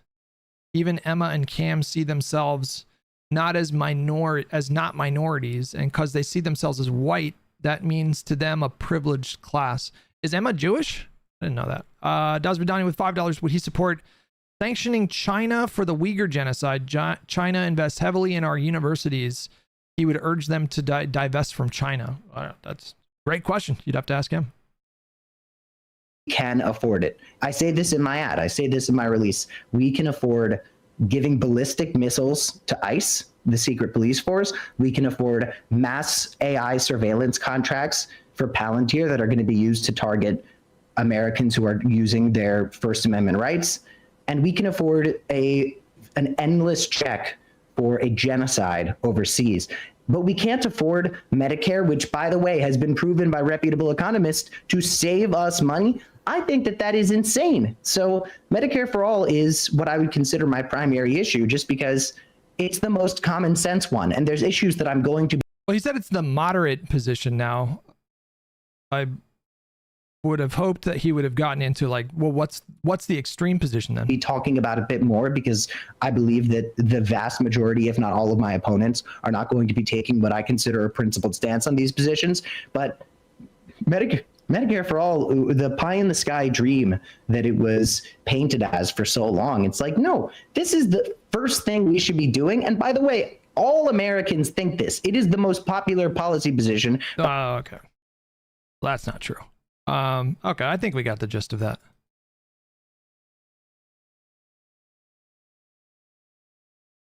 All right, let's go to the Hasan State Media interview. At long last. 30-minute interview with Li Jingjing. If we go to Wikipedia, oh.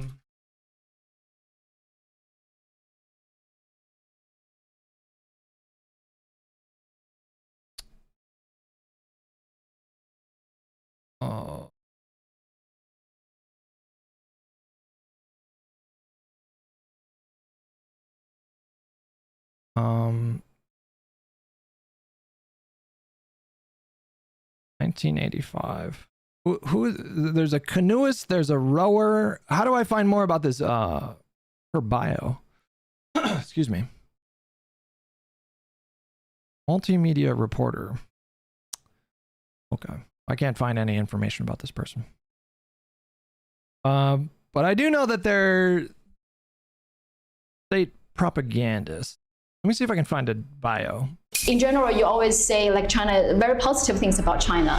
And then there are people calling you, maybe saying you're a CCP paying you to do this. You're a CCP agent to talk good things about China. So let me ask you, why you talk positive about China so much in your live streams? Because I think that uplifting 800 million people out of extreme poverty is an incredibly impressive feat. Being able to develop this country in the aftermath of colonial extraction, World War II, infighting, and civil war, and to become a competitive force that is slated to overtake America as in a multipolar world is very impressive. And I think we should learn from that in the United States of America. We should look to that and learn some lessons from that. And that's the reason why I always try to use China as an alternative, as an example, because I also want high-speed rail in America. I want high-speed rail in America. I want Americans to not have to fear about where their next meal is coming from, or potentially taking on medical bankruptcy, which is an insane concept to begin with and doesn't even exist in other OECD nations anyway. What I'm saying is I want Americans to wake up, and I think China is a decent example to showcase.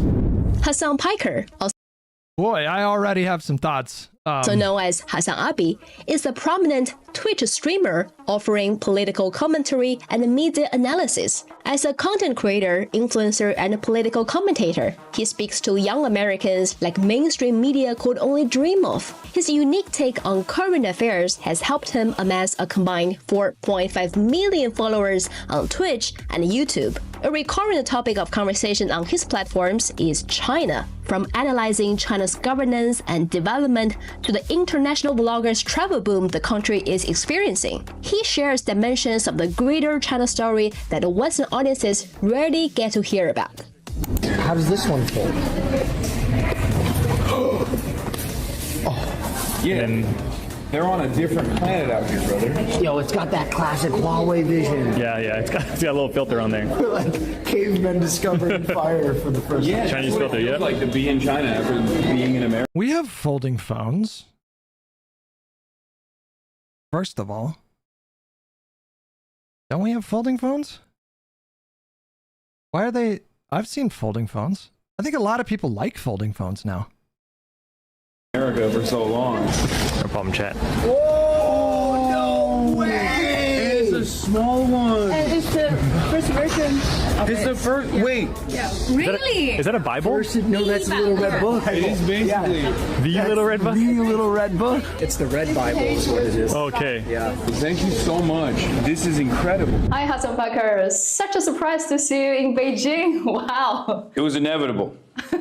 It was bound to happen. I know Beijing is your first stop in your whole travel plan in China. It's too early to ask, I know, but I'm just wondering what's your expectations for your China trip, and it's probably just been 2 days for you to arrive in China. How's your experience so far? It's been amazing. I haven't slept at all, but I'm just carrying myself because I'm so excited. So it's been a remarkable experience thus far. But I was always very excited to come to China, so this has been a dream come true for me. What do you want to experience the most, or what do you want to try the most? The food. I want to see all the big tier 1 cities, but most importantly, I am super stoked that I'm going to get on a high-speed train tomorrow to go to Shanghai. So that's what I'm mostly looking forward to. That's what I've been most excited about. Why? Why are you looking forward to visit China? Well, part of it is because I talk about China quite a bit as far as like lessons to learn and what America could adopt and emulate, and seeing it in real time, I think is a lot different. I also wanted to show my audience and the Western world in general that there are a lot of rumors about China. There's a lot of misunderstandings and also just outright lies, and that it's just another normal country, just like every other country is. I don't like that. Nope. I don't like that one.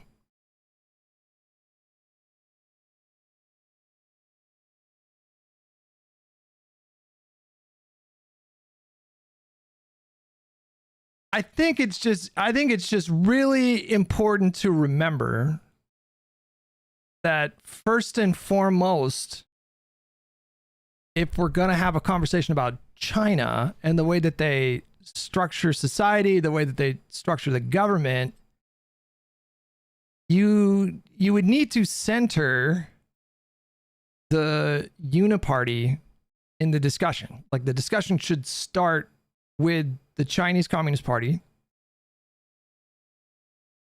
There are no independent opposition parties that are allowed at the highest levels of government. Like, if you wanted to form a political party and challenge the Chinese Communist Party, they would just squash that, and they have squashed that. They just squash any substantive political dissent. Like, you're just not allowed to challenge the party. So if it were the case that the people of China were growing unhappy with the party, how would they go about expressing their dissent?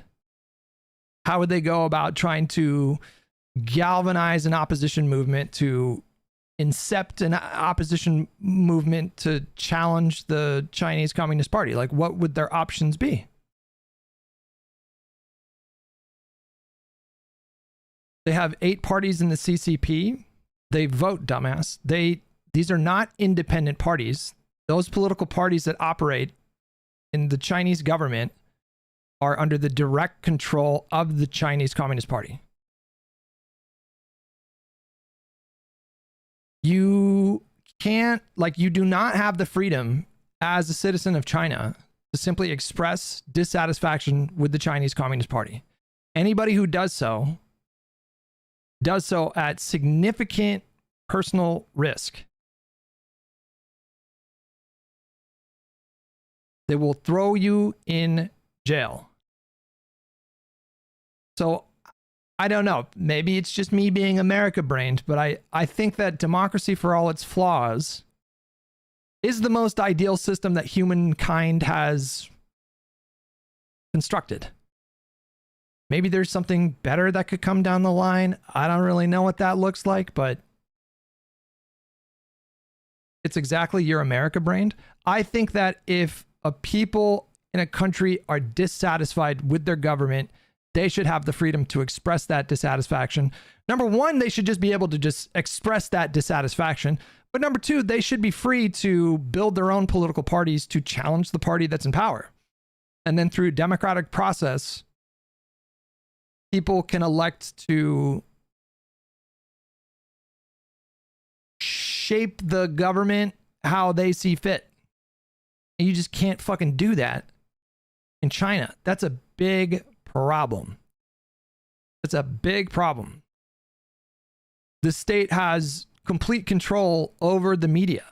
This person who's interviewing Hasan Piker, the Chinese Communist Party, has direct control over what she covers, over her commentary.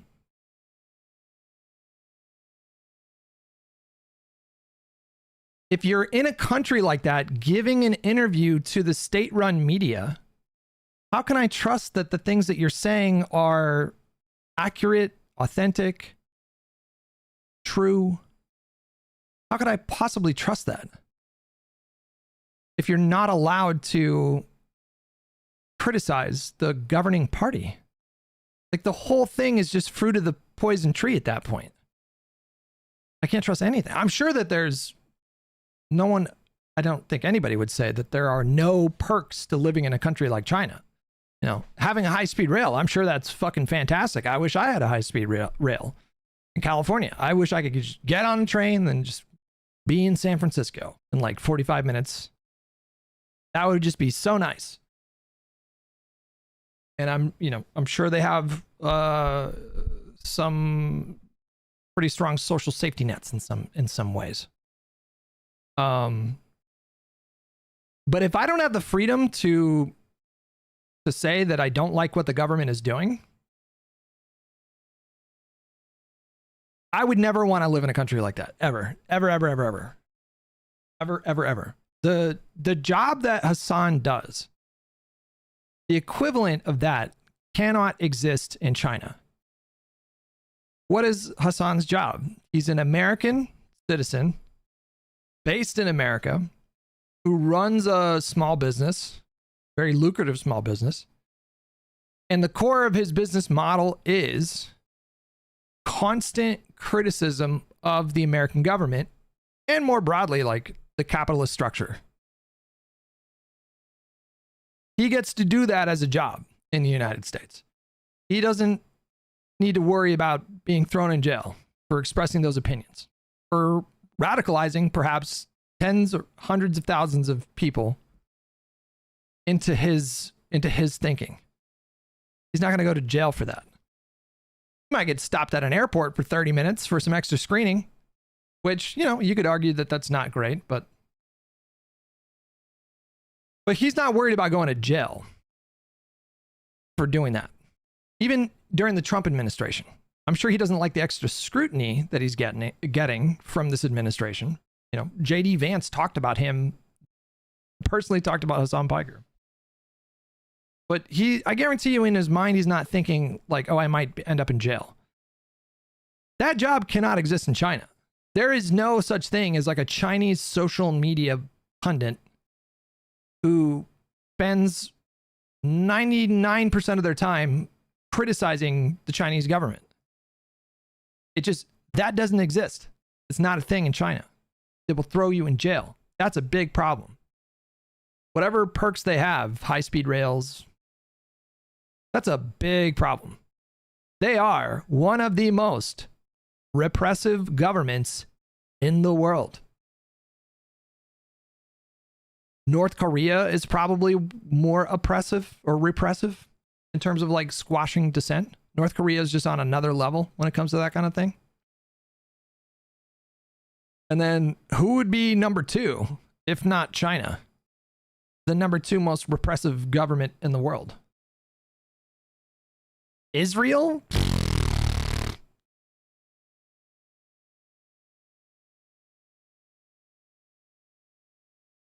Iran would be up there.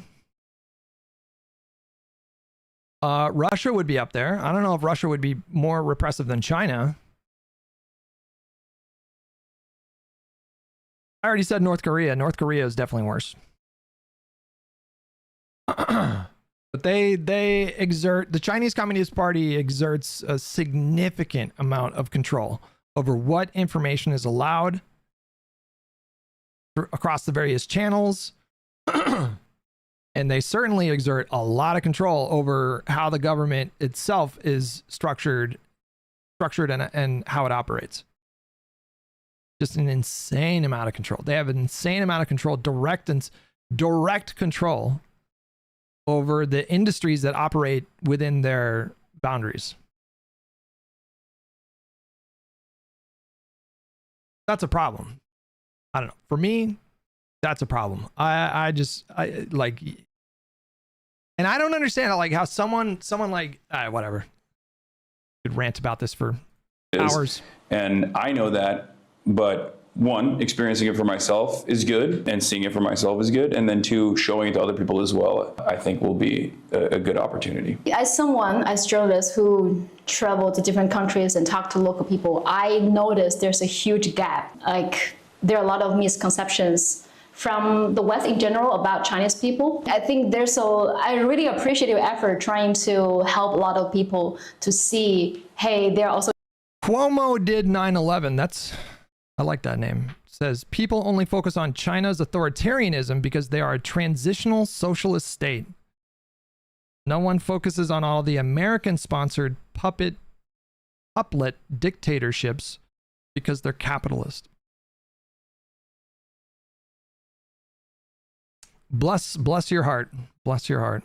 So just normal people, there are things going on that the news are not reporting. But I'm just wondering, in general, from your... They'll give up that power. That's what I think. They'll give up that power one day. It's just a transition. They gotta, they have to imprison, dissidents because it's a transition. It's just a transition. they're gonna give up that power at some point. They do it for the good of the country. You know, they torture and imprison people and throw them in work camps because you know, sometimes you got to use a heavy hand early on.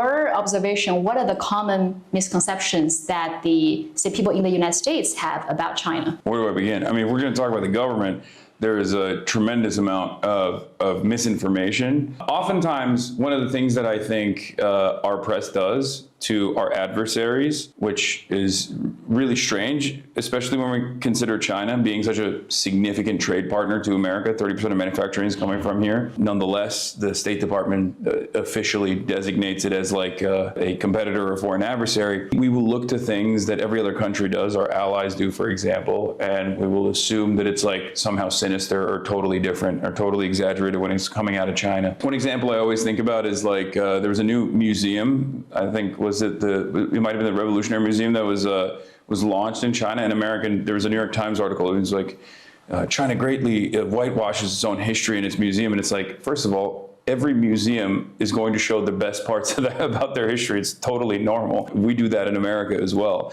So there's that. And then there's just like outright misinformation. And I think for a lot of people, or for a lot of the press, you can go to museums in the United States and find exhibits on, you know, things like the institution of chattel slavery. It's true that Trump has tried to exert, and in many cases has exerted some control over like what is displayed in specific museums that are under the purview of the federal government. But you know, you can find plenty of museums that that cover the ugly parts of our history. You know, you can find museum exhibits on atrocities committed by the U.S. government during like the labor rights struggle, and you know the Red Scare, and like the civil rights stains that we have on our country's ledger. Like you can find that shit in museums. Just find me a single museum exhibit in China that is even just tepidly critical of Mao. Just give me one example of that in the entire country. Press in general, they're just not very intellectually curious about what is actually. You want me to find you one? Yes, find me one that is critical of Mao. Pun Pun, show me. Going on here. I see this in my own experience. Like there are a lot of analysts I talk to, very smart people. Google it. I don't know. Do it. Find it. Just look it up and find it, bro. Very well-educated people. But when it comes down to it, when they want to analyze China, they have this horse blinder on where they just think, you know, why are they doing these sorts of things? Oh, China's about to collapse any day now. And one of the best examples I love to use is the ghost cities. Development style here is very different than places like America or liberal capitalist nations. And they build housing with a long-term plan in mind. And it's been incredibly successful. But at the time when the housing units were being constructed, Western analysts looked at that and said, did you not watch The Three-Body Problem? There's a lot of criticism there. Did he write that? Hold on. Oh, this is not for people to live in. They're just doing it because it's a speculative bubble and it's going to collapse at any moment. And now you look at those ghost cities in 10 years in the future, from when those articles used to come out from the New York Times and many other places, these are cities with tens of millions, sometimes 20 million people living in them. I never want to have that kind of, I never want to stunt my own analysis in that way. And I feel like a lot of people do that partially because they want to cope and partially because it's just all they've known and they've just never really been interested in understanding that there are different ways of governance out there beyond what we see in the Western world. So this is your first time in China. Yeah, I mean, like brutally authoritarian. I mean, I don't know if some of your videos analyzing China, and I would say most of your videos I don't know if people are unaware of that. Talking about China are pretty good. As someone who has never been to China before, how did you manage to understand what's really going on in China? I grew up in Turkey, so I think I have a different attitude about different modes of governance in general. And I also grew up in that region, so I have an understanding of like what America likes to do to its adversaries or countries that it declares enemies of the state. And therefore, I was already skeptical about State Department narratives in general. I don't know, I just did some reading and I think that the Chinese development especially has been so undeniable that as long as you're even a little bit interested and don't just read foreign policy magazine analysts, you can very quickly realize that no, like this is not the backward state that people have presented as. And I think more and more people are also coming to that conclusion as well, because in the age of the internet, especially with like how accessible China is, it's fairly difficult. Didn't we already watch this interview already? No, we only watched like a 3-minute clip. Wait, hold on. I think Donnie might be arriving soon at the White House. I'm keeping an eye on that. For people in the West to maintain this position that this is a scary country, almost like a hermit kingdom, right? And that's just not the case. There's a lot of businessmen that come in and out of this country. Surely there are cultural differences, there's differences in governance, but ultimately it's just like... I mean, I feel like we're kind of glossing over the differences of governance here. I mean, these are pretty profound differences. Daz Vidani with $2, dog, this might be worse than the Tucker in Russia. I think it's certainly on the same level, and it could be worse. I mean, I didn't see Tucker go to these kinds of I mean, I don't know. Tucker was pretty bad at glorifying Russia. It's a fully developed nation state that is constantly in touch with the rest of the world, and maybe even in some ways, in more meaningful ways than the American government is in touch with the rest of the world. I think I want to talk more like your career, because I think your career is very unique because you live stream on Twitch, a gaming platform, but talking about politics, and you gained millions of followers, and from the young generations in the United States. Actually, at least from my experience, people who told me they are your fans, they're not just from the United States, they're from like everywhere. So, I mean, what motivated you to talk politics on Twitch and live streaming hours every day is a really exhausting job. So yeah, it's not the best medium for sure. I played video games, and I was already at the Young Turks, another news network, and I wanted to get better off the cuff, because at the time, I actually think it's the best medium for his brand of politics. When I was at the Young Turks, I would write all my scripts, and I just basically thought, I already play video games. This is an environment and an audience that is very diverse in their opinions, but unfortunately, all of the commentary side of it was very right-wing, like incredibly right-wing. And I thought that the gaming space deserved better political voices, and I was already invested in it. So I just strapped on a camera to my PlayStation while I was playing Fortnite and just started talking about politics with a bunch of my other friends who were also journalists and activists themselves, talking about the exact same issues that I'm talking about today. And slowly but surely it evolved from there. But that was my starting point. I see you're often, I mean, people from different groups attack you, put like different labels on you, attacking you. I think on our way here, I was seeing someone on Twitter calling you a liberal, and someone call you a spy, someone call you, people even from the leftists, socialists also criticize you. So I mean, how do you identify yourself? What would you prefer to call yourself? And how do you see this attack? Yeah, he said China is gay as hell. Yeah, it's just normal here, you know? Austin was on the apps. I feel like he put Austin in danger by doing that, by the way. I feel like, I mean, I don't know if they would arrest him because I feel like that would be a PR nightmare for them. And I think they're obviously trying to maximize their PR from this trip, as one does as a authoritarian nation state.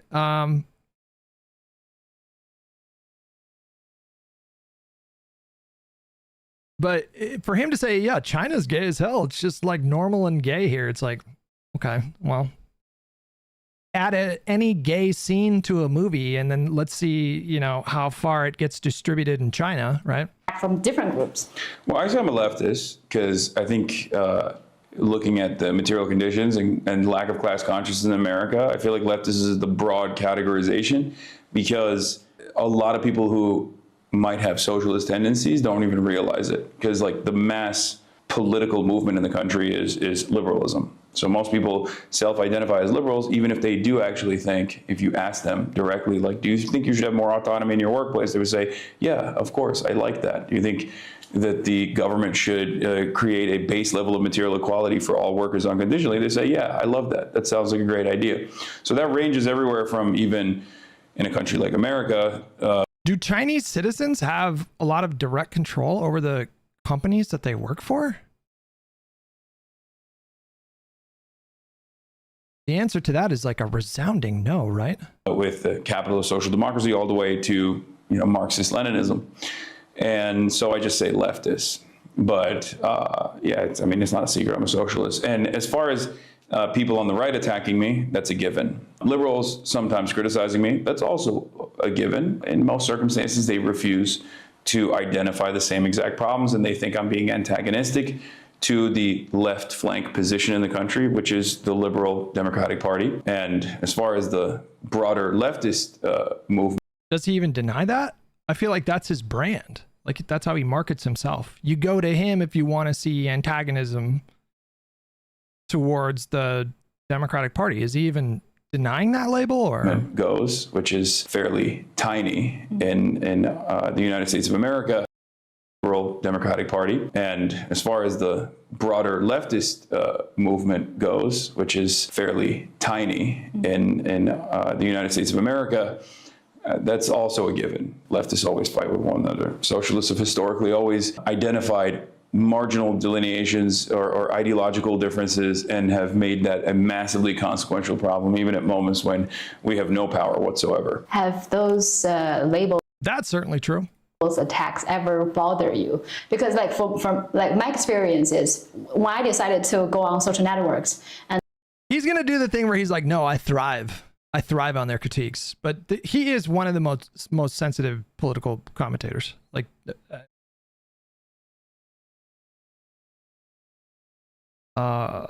clearly gets upset consistently when there's criticism of him. He doesn't really even engage in any kind of debate anymore. He very, very rarely directly engages with the substantive critiques that they have of him. Zondo says, why don't you just arrest the people that criticize you? Yeah, why don't you just throw them in a work camp? It's like, and talk about like what I saw in China, and I saw a huge amount of attacks and racist comments and maybe from everyone. He was literally going to debate Kirk. Well, there's a reason why I said he very rarely directly engages. I didn't say never, but he very rarely engages in a direct conversation with the people that criticize him. And he's found these myriad ways to deflect criticism, and he's conditioned his audience like so well. Actually, you know what? Let's do a little quiz. I want you guys to type out, there's like 4 or 5 like main deflections that he uses. I want to quiz you guys though. Like what are the ways that Hasan has conditioned his audience to deflect criticism?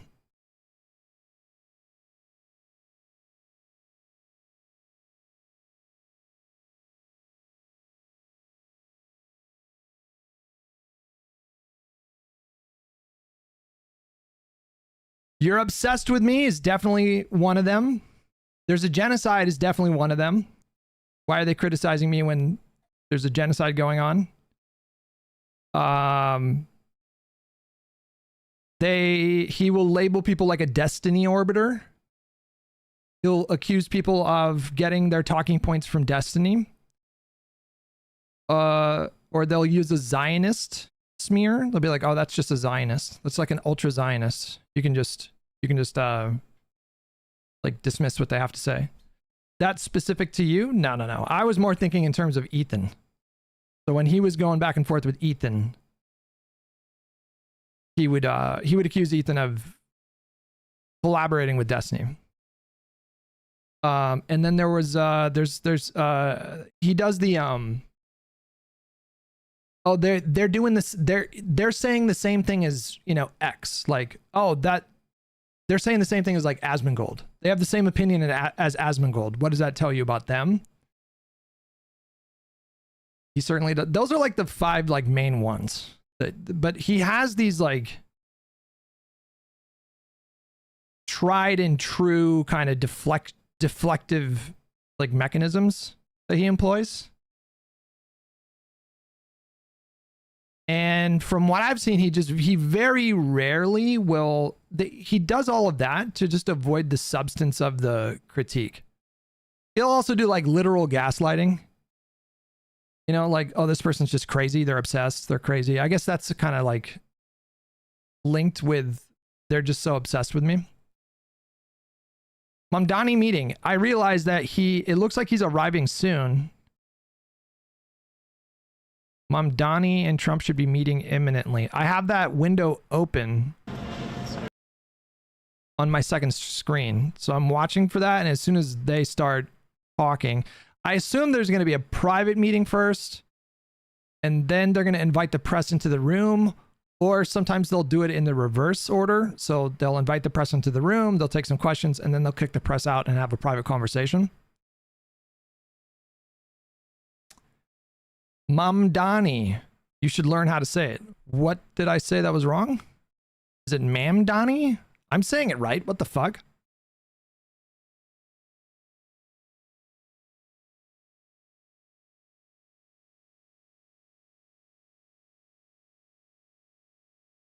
Mamdani. I said that right. Mamdani? No. Is it Mamdani? What?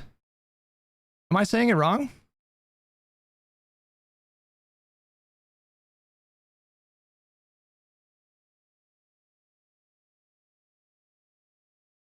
Either which way, I don't know if this is a conscious strategy that he employs in terms of the deflections.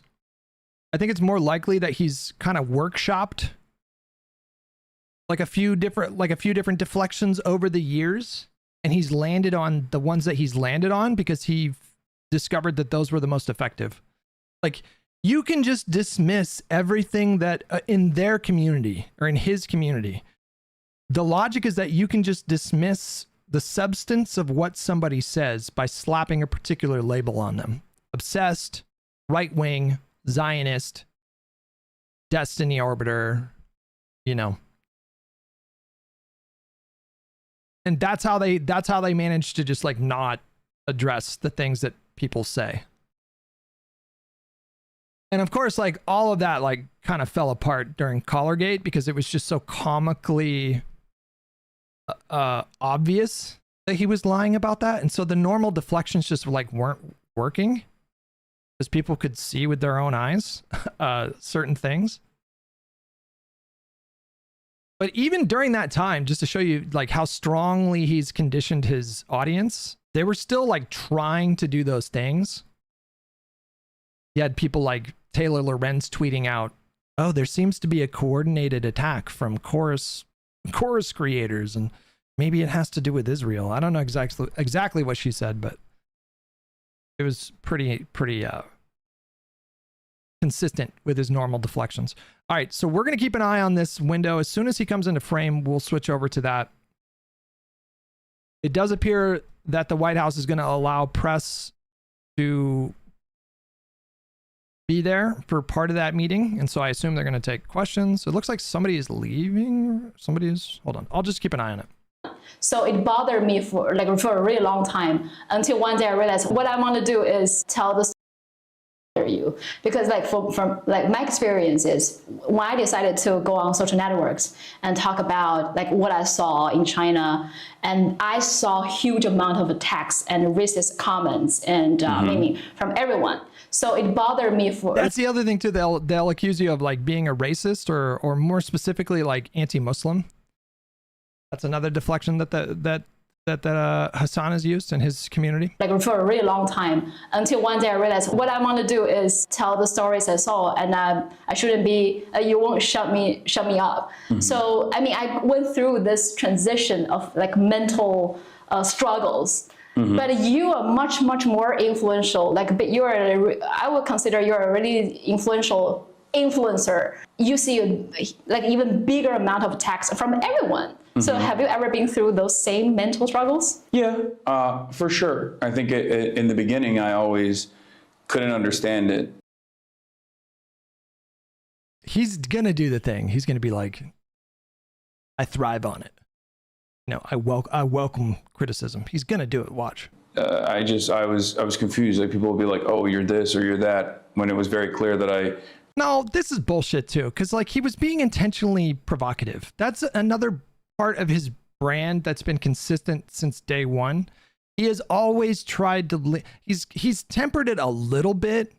He used to be I would say like a bit more edgy in the past, but on starting day one, his whole thing was, I'm a radical. My opinions are going to be radical. I'm going to give you the most extreme takes. I'm going to package it in the most hyperbolic or extreme way. It was a deliberate attempt to be provocative. And so for him to frame it as like, in the beginning, I was confused. It's like, I didn't understand why people were so upset when I said America deserved 9/11. It's like, no, who is buying this? Anybody who was even loosely familiar with Hasan, like, who is buying this? I didn't believe the things that people were saying. But at this stage in my career, I understand that it just comes with the territory. A lot of people would rather attack the false characterization of someone rather than the actual argument that they're presenting, in an effort to make it much easier to strawman someone. It is what it is. I think truth usually does end up prevailing in the long run. So I just stay the course. I'm a very stubborn person. And I think that is my secret sauce, if you will, where I just continuously hammer on the same issues that I care about. And eventually people will find their way to arriving at those conclusions. And I've seen that. What? Eventually, everyone will see that I'm right.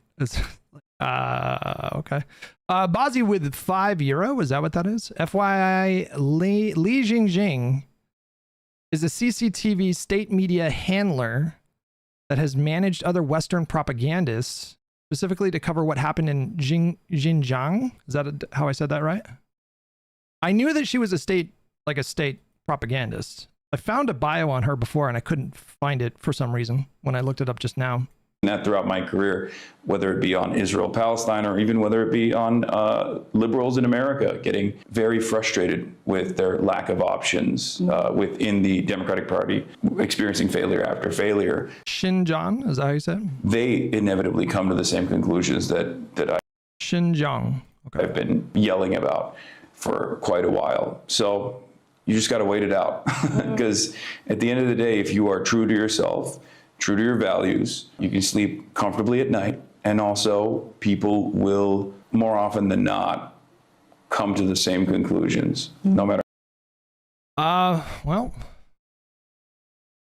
it sure seems like the electorate, at least in 2024, was very turned off by like his brand of politics.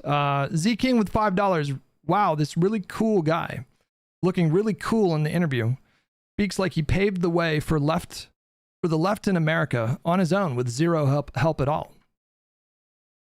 A little bit, maybe. No matter how long it takes. You just mentioned many Americans are feeling maybe hopeless, seeing less of options. So what are the struggles that some like young generations in the United States are experiencing? I think many people in China.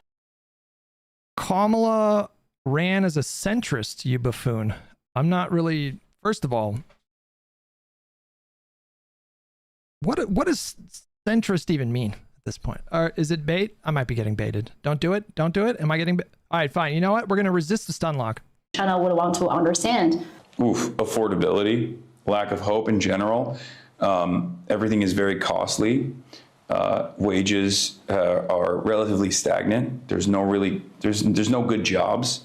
Everything is so expensive. You go to college and you take on $100,000, sometimes $150,000 in student loan debts because college is not free, which is ridiculous.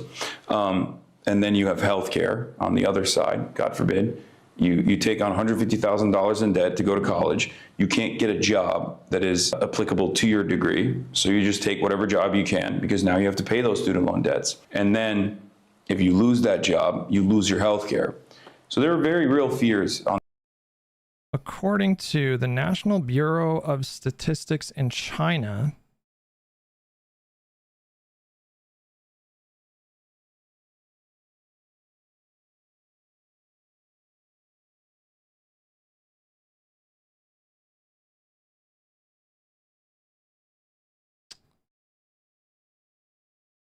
now, I think this comes directly from China, so I don't really know how much we can rely on this.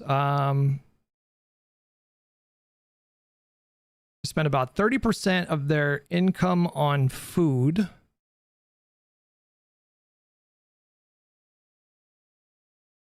About 2.7% of their monthly salary is spent on like recreations, miscellaneous goods and services.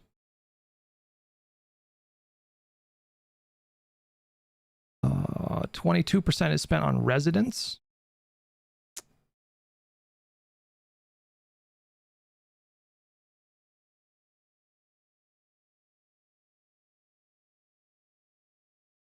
On that front. And then also housing is incredibly costly in the country. Half your wages are automatically going to your rent. And people just don't think, especially young people, don't believe that they will ever retire, and certainly not retire. For the median family, I don't think that would be true. Half of their of the median American family, half of their income goes to their mortgage or rent. Hold on. A reasonable age. And they will never be able to own a home. So the notion of the American dream is completely lost. So I think it's like, isn't it like 65-70% of Americans own their home or something like that? Some crazy amount. A lot of people feel entirely hopeless. Entirely hopeless. Yes. That's a pretty strong. Oh, for sure. I think young people, like people my generation and younger, if you're under the age of 35, these are the pressures that you feel on a daily basis. There are very few people who are like, nah, everything is actually really great. I know so many people that are working in careers that previously would have been thought as like high profile professional careers, highly specified jobs with a lot of training and a lot of experience. And a decade in, they feel stagnant. These are supposed to be like high earning positions. And yet they have so much discontent. And they feel like things are too expensive. Do you think they can make a change with the current circumstances with the U.S. government or policies? I always have to assume. Census.gov, according to the Census.gov, the median percentage of income spent on housing costs was about 21.4%. If he's speaking directly to like young people who are going to have lower incomes, then I imagine it would be closer to being true in that case. That change is possible, or rather inevitable. Otherwise, everything I'm doing is for naught. So there is always an opportunity to make change. It's just, you just have to keep on pushing, and you have to continue the struggle. And especially in a place like America, where there is no... I don't think, listen, I wouldn't categorize his life as, like, I don't think he's struggling for the cause. I wouldn't use that particular descriptor to describe his role in the revolutionary spirit. There is no labor militancy even. There's not a lot of organizing, at least even at this point. And it's been completely destroyed. Those networks have been eradicated in this country by force, where capital is won.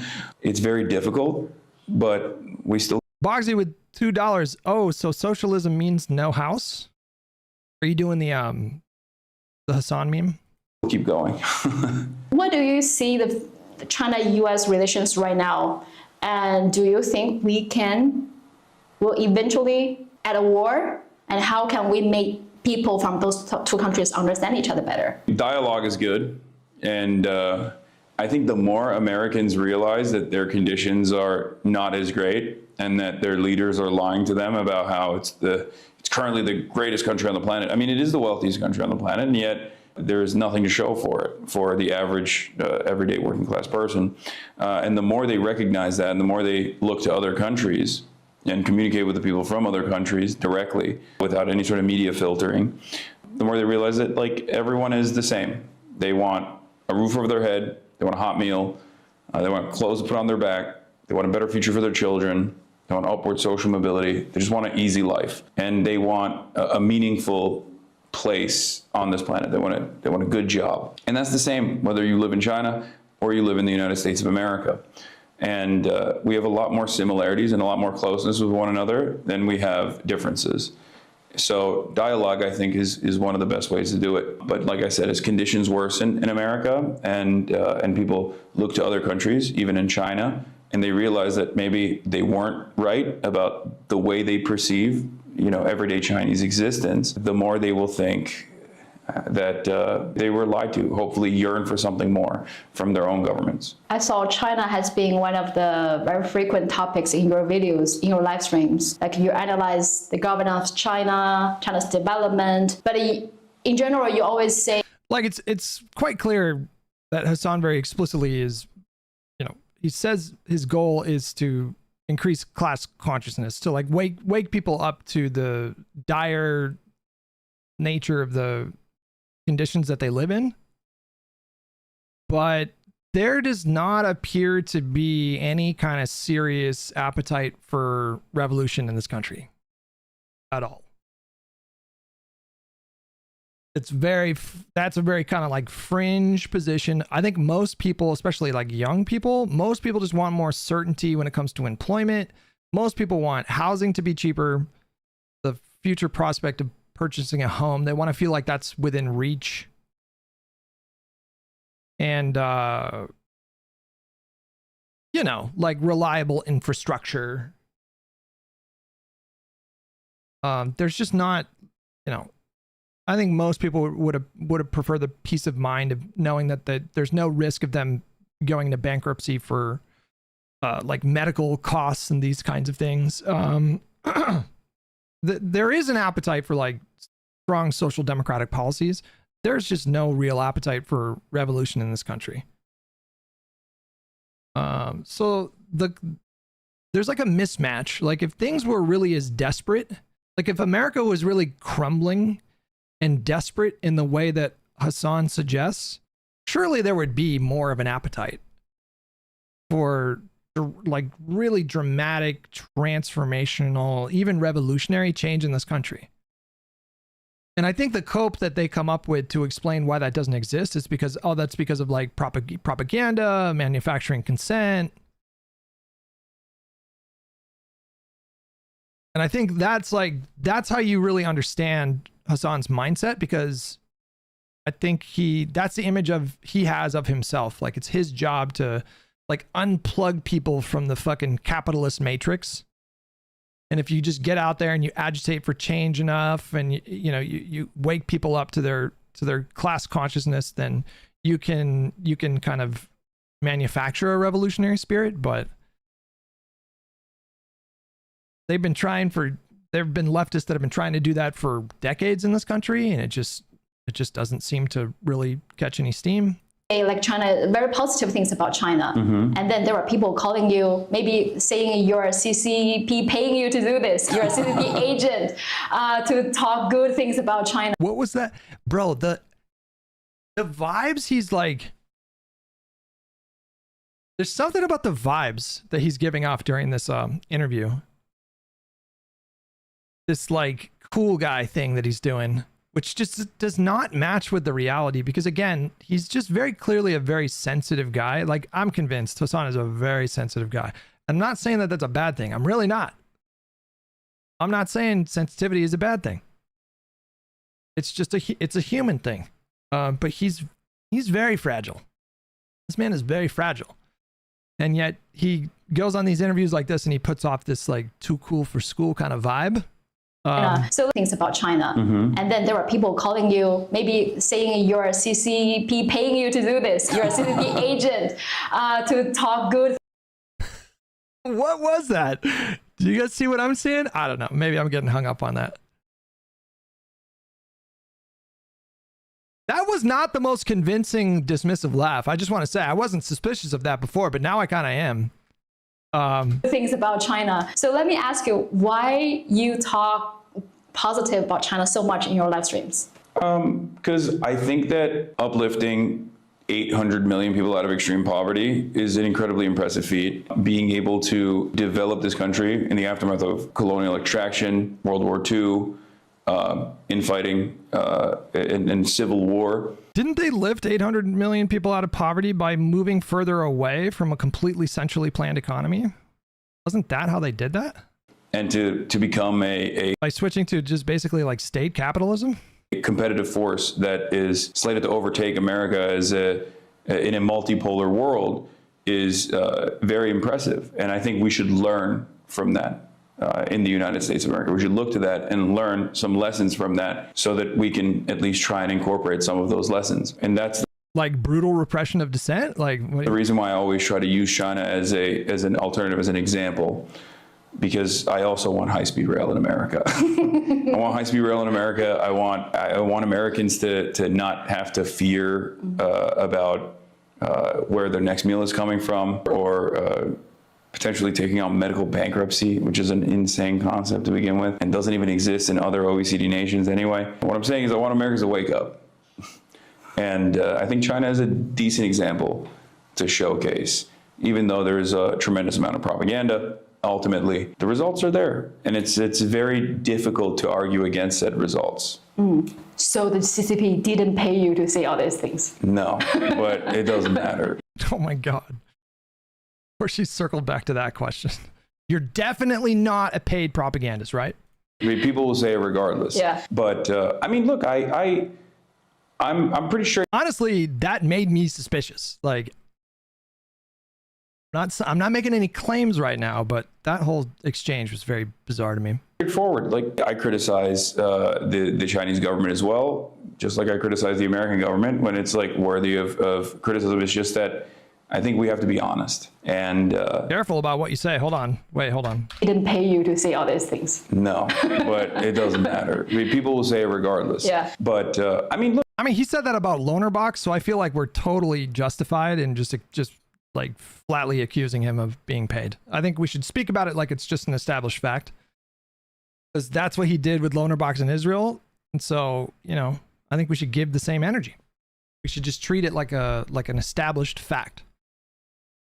Dazvidani with $5. My guy wants a multipolar world, but would be the first to tantrum when prices go up because USA isn't guarding shipping lanes. That's true. 100%. Look, I'm pretty straightforward. Like, I criticize the Chinese government as well. Please, can we hear some of those criticisms right now during this interview? Would you feel comfortable expressing any of those criticisms right now in this moment? Just like I criticize the American government when it's like worthy of criticism. It's just that I think we have to be honest. And the problem is a lot of people would rather be dishonest and heighten negative aspects of foreign countries while simultaneously totally understanding why. There are so many contexts in China where they would literally throw you in jail for telling the truth. I just find this part of the interview a bit nauseating. Why certain things happen in their country.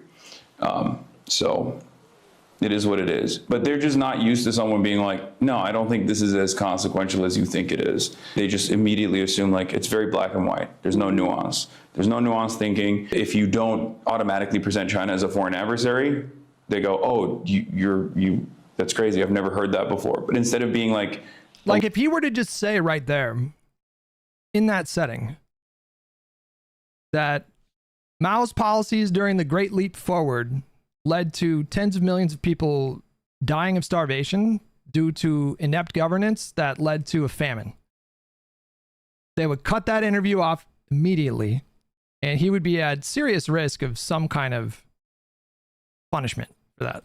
A little bit curious about why I'm saying that. They automatically just shut it off. Today is your second. Like if you just like accurately described what happened in Tiananmen Square, they would end the interview and he would potentially end up in jail.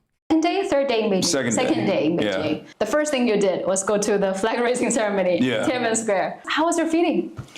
It was interesting. I mean, it's not for me personally. I'm not a very patriotic person in general, but what I found fascinating is that people from all around this massive country were traveling. Wait, why is he playing it off like he wasn't like a kid in a candy store? He was so giddy. During this moment, he's like, "Oh, it's not really for me." All elite memes with $5. A political influencer from China can never come to America. Give a similar interview on an American broadcast, then return to China in one piece. Yeah. Entire day. Why is he pretending like he wasn't like so giddy about that? Before he got approached by the police officer who thought he was like mocking Mao. Remember he was like, how do you spell Tiananmen Square?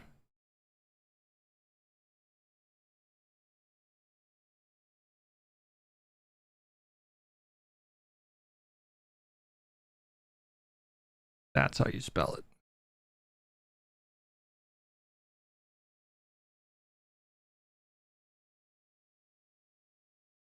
He was like literally like jumping up and down with excitement when he was there. I could be remembering it wrong.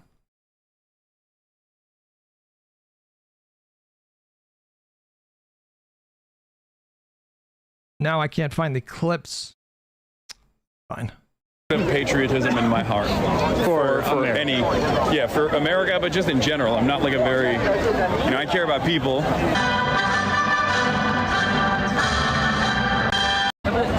From all over the country, literally travel here just to see this. That part is insane. Look how many. Like I just don't like. I'm not. I don't have any sort of patriotism in my heart for America, but just in general. I'm not like a very, I care about people.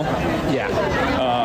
So for me, it's like it's hard to comprehend. Yeah. But I do understand it in some ways, and I kind of wanted to talk to some of the people here because like all of the old people that you see around, right? You have to remember, every single person that you see around us, that's like, especially if they've been alive since like the 70s or the 60s, they have seen a radical transformation in their lifetimes, unlike any other country, right? So for them, I think there's a lot of pride in that. Patriotic person in general, but it looks like Mamdani is getting here like very, very soon. So we will switch over to that. Michael with $5. The chair makes it look like he has a cool Space Admiral epaulets on his shoulder. Oh, these right here? Wait, I'm so confused. Also, I don't think they'd be dumb enough to jail Hasan over Tiananmen Square. That's the other thing too, is like, I feel like they're probably very acutely aware of like, if they were to throw him in jail or something like that, it would be a PR nightmare. So maybe they would like pull him aside and privately admonish him and warn him and maybe cut the trip short. I doubt they would throw him in jail. If they were smart, I mean, that would just like, if the whole purpose is to make them look good, then that would be bad, right? Grassroots Hegemon with $5. His only patriotism is for Palestine, a place he openly refuses to go to. I mean, would you want to go to Gaza right now? I wouldn't want to go. What I found fascinating is that people from all around this massive country were traveling, sometimes for an entire day. I talked to an elderly woman there who said that she traveled for a whole day to come to the flag raising ceremony. Something that happens every day in Tiananmen Square, and yet it was packed. And I find that fascinating, and I think it's because, especially for older Chinese people, I think they just have a lot of pride because, they have seen. I think he's talking out of both sides of his neck here. He's claiming like, well, I don't really personally understand patriotism because the world I imagine is one without borders and blah, blah, blah, blah, blah. But it's very obvious that he's like a China stan. Like he's, I think he's literally said like, yes, I stand China. I think he's literally said those words. So I just don't think he's being very truthful either with himself or outwardly truthful. Donnie is meeting Trump now. Press is outside waiting. No, I realize that. I think we're watching the same feed. We are. I got the feed open. Listen, guys, I'm ready. I'm ready. As soon as they show up, I will switch over. This country dramatically changed over the past couple of decades, and that gives them a sense of pride.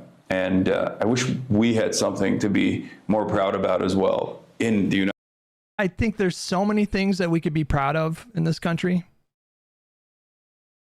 It took me some years, I will say, it took me some years to cultivate a sense of pride in the country that I reside in, because my political awakening was like during the Iraq War. And so I just felt constant shame for being American. But there's so many things we can point to in history. Of a rich history of really brave civil rights leaders and movements who faced all kinds of oppression, and like the forward progress that we've made on so many issues. I realize that we're in a bit of a backsliding moment right now, but even Trump 2.0 can't erase the significant progress that we've made in this country in so many respects. I don't know. I think it's kind of cool that I live, especially me in Los Angeles, but like that I live in a country where that influences so much culture globally. Like what we do with the arts here in media and television and film. I think that's pretty fucking cool. I think the fact that we are the melting pot of the world, and that is our superpower, like it is specifically because we are the melting pot of the world, and we have attracted talented, intelligent people from all over the world. And that is the reason why the companies that are started here have been so successful. That's the reason why we've been important innovators in so many different respects. And that's pretty fucking cool. You know, we're the first country to fucking really do that, and at this level, and have this kind of level of success. I mean, I guess you could talk about like the Roman Empire a little bit, but I think we are more diverse than the Romans at their peak of multiculturalism, right?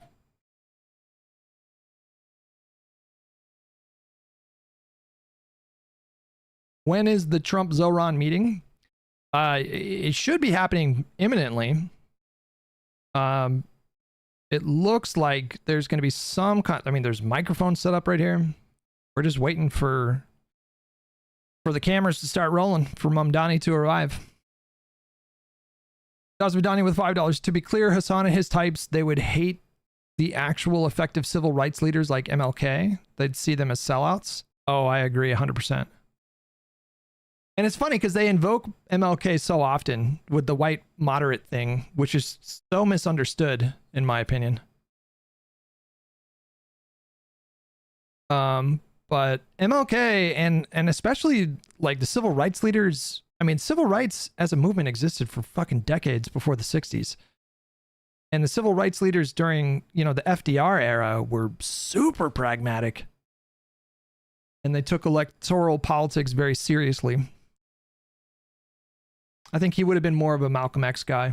United States of America, rather than like the fake pride that people try to create around endless militarism. I totally agree with what you said, especially for the older generations. Yeah. Because I traveled to many rural regions in China to do stories about like the poverty alleviation, how they changed the villages. And I found the most patriotic Chinese people are in those regions, not necessarily in big cities, with people who are already pretty rich, people who already pretty have you already have everything, but they always complain about many things.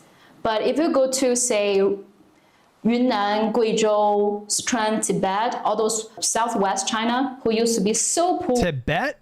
Did she just say Tibet? Everyone I talk to, they are so patriotic. They wear the CPC badge voluntarily just because they feel like happy. Is she saying the Tibetan people are super ultra nationalistic or patriotic to be considered Chinese? Is that true?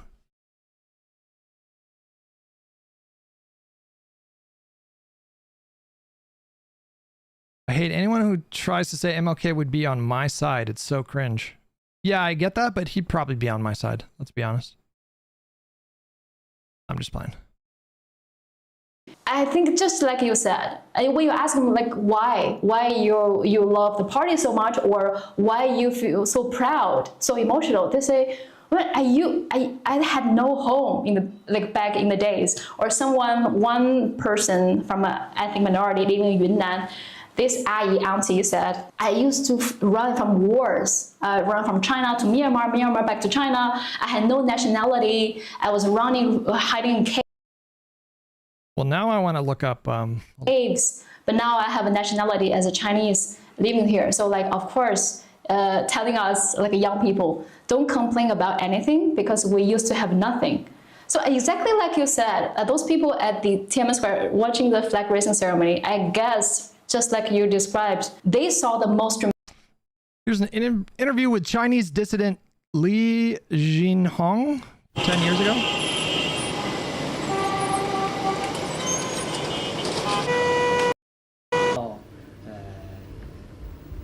不论是在长沙还是在其他的地方，我都要去谋生存。教书，在教书的期。There's no captions for this, I guess. Never mind. Oh, something's happening.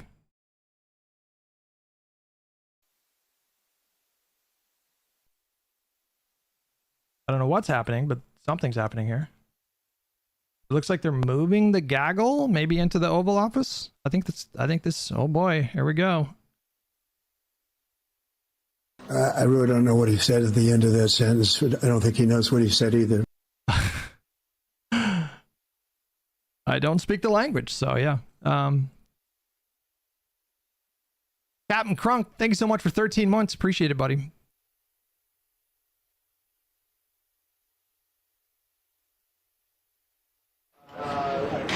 Facing desk. The desk? He's at the desk. Evan? Facing, he'll be at the desk. Yeah. Okay. Yes. Trump's going to be sitting down at the Resolute desk, it seems. I don't know. There's people behind. There's people behind the desk. So we're going to, the press is going to cross over. Oh boy. Mamdani, listen. I have faith. I'm sure he prepared. I'm sure he's prepared for this. What a high stakes moment for him. What a kind of like a alpha move. To be honest, that's incredibly, I mean, it certainly signals confidence. It either signals confidence or it signals profound stupidity. And maybe there's a blurry line between these two things, just generally speaking. Oh, there they go.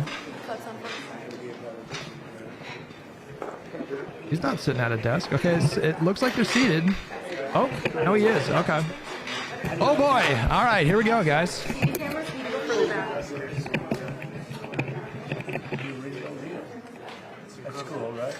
I am nervous, man, because like they're gonna try to murder this man. Not literally, but.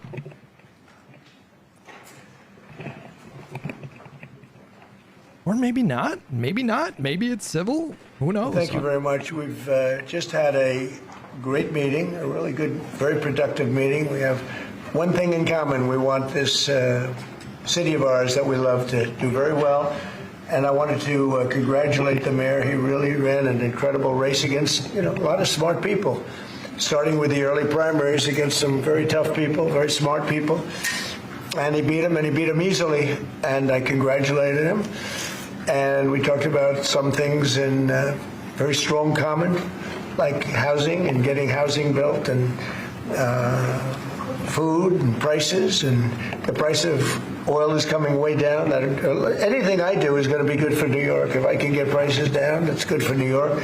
And we've got them down, way down from last year. We have, as you know, I've been saying to a lot of people, Walmart said that Thanksgiving this year is exactly 25% less than last year. So that's good for New York, good for everybody.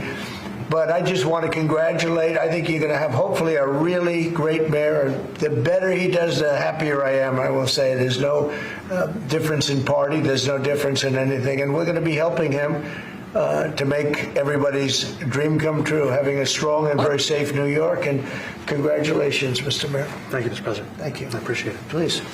I appreciated the meeting with the president, and as he said, it was a productive meeting focused on a place of shared admiration and love, which is New York City, and the need to deliver affordability to New Yorkers, the 8.5 million people who call our city their home, who are struggling to afford life in the most expensive city in the United States of America.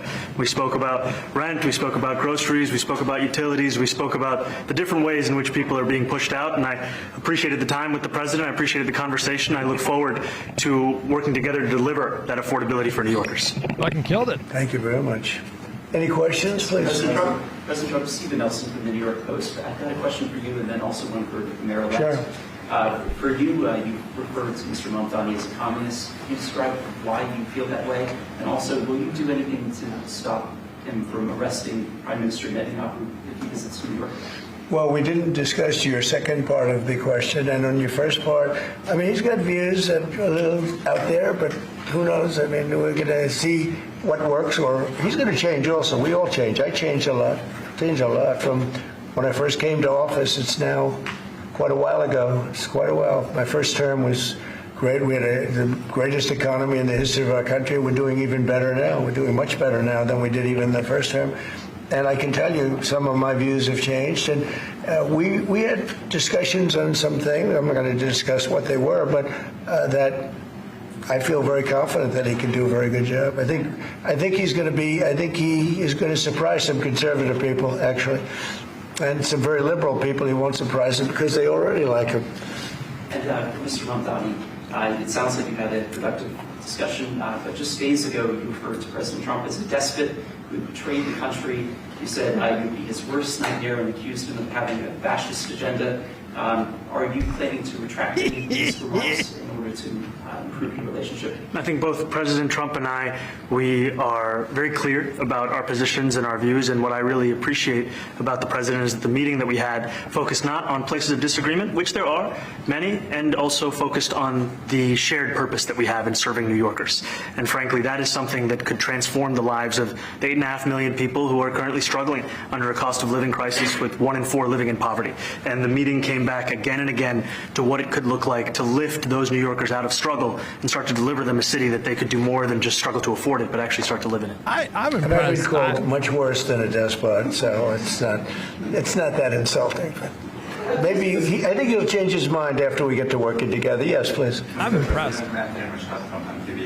Good. I would like to ask you a question about the Middle East regarding you said that Hezbollah in Lebanon is not in a good position. And Lebanon now is the final unresolved after Gaza and Syria. Given your assessment, like what do you say for the Lebanese today? It's the independent state of Lebanon. And what is your next move to push toward disarmament? Sure. Well, we are pushing for total disarmament of Hamas and, frankly, everybody else. And we actually have peace in the Middle East. As you know, the King of Saudi Arabia just left yesterday. We had some great meetings, and he's made a contribution toward the United States of more than $1 trillion. We have now over $20 trillion coming in. No country has ever had anything like that, not even close. If you go to 2 trillion or 1 trillion, it's a lot. We have 20 or 21 trillion dollars. I think that Hezbollah has been a problem in Lebanon, big problem. We're working with Lebanon. We're working with everybody in the Middle East. That's another thing I think we have in common. We want to see peace in the Middle East, and we actually have now, for the first time, peace in the Middle East after 3,000 years. And now we're going to refine it, and I think you're going to see some very positive things happen. There is a potential to invite the Lebanese president. Oh, sure. Oh, I would do that, absolutely. And if the mayor would like to be here for that meeting, because I know he feels very strongly. I think you feel very, very strongly about peace in the Middle East. I think we desperately want it, and that's something that I shared with the president, that when I spoke to New Yorkers who had voted for the president last November on Hillside Avenue and Fordham Road, I asked them why. I heard again and again 2 major reasons. One was that they wanted an end to forever wars. They wanted an end to the taxpayer dollars we had funding violations of human rights, and they wanted to address the cost of living crisis. And I appreciated the chance to discuss both of those things. He said a lot of my voters actually voted for him, and I'm okay with that. I'll do that. I'll sign it. Give it to me. I'll sign it in a minute. That's pretty good. Mr. President. Yeah, You threatened to send federal troops to New York City. You both have differences when it comes to ICE agents in New York City. Mr. Mamdani, you called ICE a rogue government entity. I wonder how you reconcile your differences on both of those issues. Well, I think we're going to work them out, and I think that if we have known murderers and known drug dealers and some very bad people, we want to get them out. And the mayor wants to have peace. We discussed this at great length, actually, maybe more than anything else. He wants to have a safe New York. Ultimately, a safe New York is going to be a great New York. If it's not safe, no matter how well we do with pricing and with anything else, we can talk about anything you want. If you don't have safe streets, it's not going to be a success. So we're going to work together. We're going to make sure that if there are horrible people there, we want to get them out. I think he wants to get them out maybe more than I do. So we'll work together. We discussed it at great length. Yes, please. Yeah, two questions, if I may. One for you, Mr. President, from BBC in a second. But first of all, for the mayor-elect. You're both from different parts of the political spectrum. You're both populists, though. And I just wondered to what extent the president's campaign style, his techniques, his social media use inspired any part of your campaign. Well, I actually told the president that, so much of the focus of our campaign has been on the cost of living crisis. And when we asked those New Yorkers who had voted for the president, when we saw an increase in his numbers in New York City, that came back to the same issue: cost of living, cost of living, cost of living. And they spoke about the cost of groceries, the cost of rent, the cost of Con Ed, the cost of childcare. And too often politicians are looking to lecture to New Yorkers what they should care about as opposed to listen. And when we spoke to those voters who voted for President Trump, we heard them speak about cost of living. We focused on that same cost of living, and that's where I am really looking forward to delivering for New Yorkers in partnership with the president on the affordability agenda. And I think we have to work a little bit. We talked about Con Edison. We have to work a little bit on getting the prices because, we've gotten fuel prices way down. This man is polished, man. And we're going to have to talk to them. If we're sending them fuel at a much lower price than it was a year ago, which is true, we have to get Con Edison to start lowering their rates. Absolutely. And if I may, last week you told me you were pushing ahead with your plans to sue BBC for up to $5 billion. You're going to speak to Prime Minister Starmer as well. Is there any progress or any question about suing BBC? Well, he's just, you can tell he did a lot of prep. I respect that man's work ethic. I think it is a superpower to be really composed, and if you just pay attention to his body language, his facial expressions, he's very composed. Like, I think this was a pretty alpha move to just walk into the lion's den. Just a year ago, he was just like obscure assembly member. This is a really high stakes, high pressure moment. He's just like. President Zelensky, do you intend to speak to President Zelensky about your plan?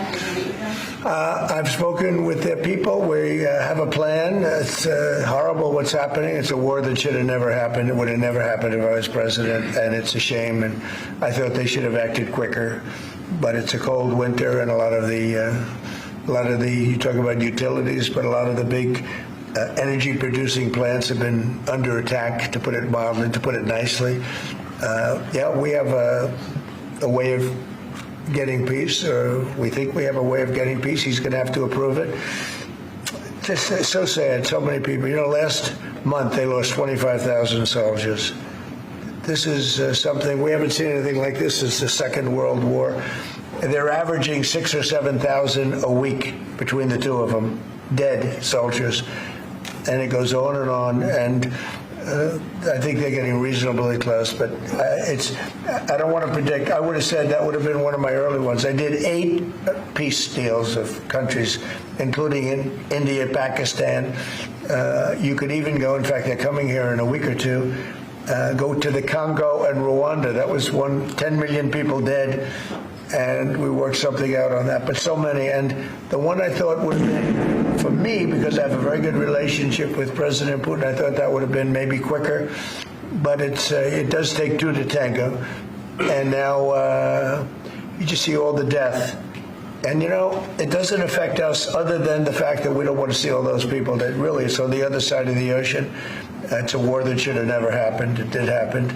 I blame the person also sitting right behind this desk.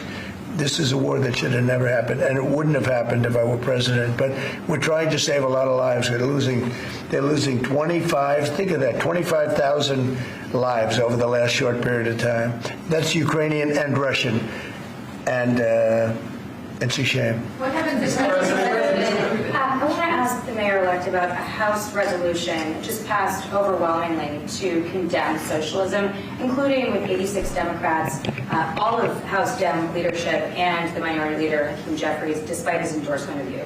What's your reaction to that? I have to be honest with you, I focused very little on resolutions. Frankly, I've been focusing... socialism. I understand. I think the focus is on the work at hand. I can tell you I am someone who is a democratic socialist. I've been very open about that. And I know there might be differences about ideology, but the place of agreement is the work that needs to be done to make New York City affordable. That's what I look forward to. And I want to clarify your answer to Stephen Nelson. He asked about your comment calling the president a fascist, and your answer was, both President Trump and I have been clear about our positions and our views. Are you affirming that you think President Trump is a fascist? I've spoken about... That's okay. You can just say okay. Yes. Okay. It's easier. It's easier than explaining it. I don't mind. And Mr. President, I wanted to ask you also about this Ukraine plan. Yeah. President Zelensky said today that his country would risk either giving up a partner or giving up its dignity. There's been criticism that this deal... You mean he doesn't like it? It's unclear. He was sort of tenuous. He'll have to like it, and if he doesn't like it, then they should just keep fighting, I guess. The suggestion that you made, though, was that if he doesn't accept it, that the U.S. would pull back its support for Ukraine. Well, at some point he's going to have to accept something. He hasn't accepted. You remember right in the Oval Office not so long ago, I said, you don't have the cards. Don't forget, I inherited this war. This war never would have happened. I inherited this war. And I thought he should have made a deal a year ago, 2 years ago. He's looping. The ultimate deal would have been if it never started. That would have been the good deal. That could have been done too if you had the right president, but you didn't have the right president. Mr. President, cost of living is something that you and Mr. Mamdani seem to agree on. Right. Democrats have run New York City for a long time, Mr. Mamdani. Do you see Democrat policy specifically as being a problem? And I'd like that to be a question that both of you could answer. Look, I think that there are many things in our city where we have to own the responsibility of it, things that existed long before the president was the president. And those are also part of the message of our campaign, was to take on a broken politics of the past. And I ran against a number of candidates who represented different versions of that past. And what we found time and again is that working people were left behind in the politics of our city. And what we're looking to do is put those people right back at the heart of our politics so that we don't have a situation where we're in the wealthiest city in the history of the world, and yet 1 in 5 can't even afford $2.90 for a Metro card. Mr. President, we had some interesting conversation, and some of his ideas really are the same ideas that I have. But a big thing on cost, the new word is affordability. Another word is just groceries. It's sort of an old-fashioned word, but it's very accurate. And they're coming down high. They were... we had, both of us, we had the highest inflation in the history of our country the last 4 years under the Biden administration, and we've got inflation down now to a normal number. It's going to go even a little bit lower than that. Katie, do you have something? Mr. President, thank you so much. Mr. Mamdani often talks about New York City being covered by international law, that they will follow international law. He doesn't often talk about the U.S. Constitution. What is your response to that? Well, I don't know what you're referring to in terms of it could be covered by international law, local law. It's covered by a lot of laws, but it's covered by U.S. law. Are you referring to anything in particular? He just says that they're a city that endorses and enforces international law. Is that at odds with... No, I don't know. Would you want to... Do you want to respond? Yeah, I think what I've shared with the president is our desire to not only follow the laws of our own city, laws that protect New Yorkers, but also a desire for consistency in our politics across the board. And that's something that we've talked about and something that I know many New Yorkers want. We were with ICE. We discussed ICE and New York City, and I spoke about how the laws that we have in New York City allow for New York City government to speak to the federal administration for about 170 serious crimes. The concerns that many New Yorkers have are around the enforcement of immigration laws on New Yorkers across the 5 boroughs, and most recently we're talking about a mother and her 2 children, how this has very little to do with what that is. What we did is we discussed crime, more than ICE per se. We discussed crime, and he doesn't want to see crime, and I don't want to see crime, and I have very little doubt that we're not going to get along on that issue. He wants to, and he said some things that were very interesting as to housing construction, and he wants to see houses go up. He wants to see a lot of houses created, a lot of apartments built, etc. And you know, we actually people would be shocked, but I want to see the same thing. Mr. Montgomery, the anti-Israel protesters. Jack? Mr. President, I want to know one of the policies as well that Mayor-elect Mamdani talked a number of times about on the campaign was shifting the tax burden for property taxes from what he called minority communities to white-based communities and putting more taxes on white people. I also noticed that in your acceptance speech you didn't mention anything about America or Christians or white people in general, and so I didn't know if that was one of the policies that you guys had spoken about. We focused on affordability. We focused on the cost of living crisis. What I will say is that I am very much interested in property tax reform because what we see right now in New York City is a system that is so inequitable that it can't even stand up in court. And the president and I spoke about the importance of not only building more housing, but also making sure that regulation of housing is something that is manageable to actually get through and not the cause of yet another weight that we see in our city. To be clear, you're continuing this idea of race-based property taxes. No, to be very clear, that's what you said. No, the use of the term was a description of neighborhoods, not a description of intent. So you intend to tax the whiter neighborhoods more? No, we intend to create a fair property tax system because we want a New York City that is not only fair and equitable, but also one that every New Yorker can afford. Mr. Montgomery, Please go ahead. Mr. Montgomery, anti-Israel protesters just targeted a synagogue in New York. Are you concerned about Jewish New Yorkers feeling welcome and safe in the city? And President Trump, you threatened to cut off federal funding to New York City. What policies would prompt you to do that? Would that be city-run grocery stores? Would it be something else? Well, I think if we didn't get along, whether it's cut off or just make it a little bit difficult or not give as much, we want to see, I use the term, we don't want good money going after bad. And we don't want that to happen. I don't think that's going to happen. I did say that, you know, subject to what policies are being set. We had a meeting today that actually surprised me. He wants to see no crime. He wants to see housing being built. He wants to see rents coming down, all things that I agree with. Now, we may disagree how we get there. The rent coming down, I think one of the things I really gleaned very much today, he'd like to see him come down, ideally, by building a lot of additional housing. Yeah. That's the ultimate way. He agrees with that, and so do I. But if I read the newspapers and the stories, I don't hear that.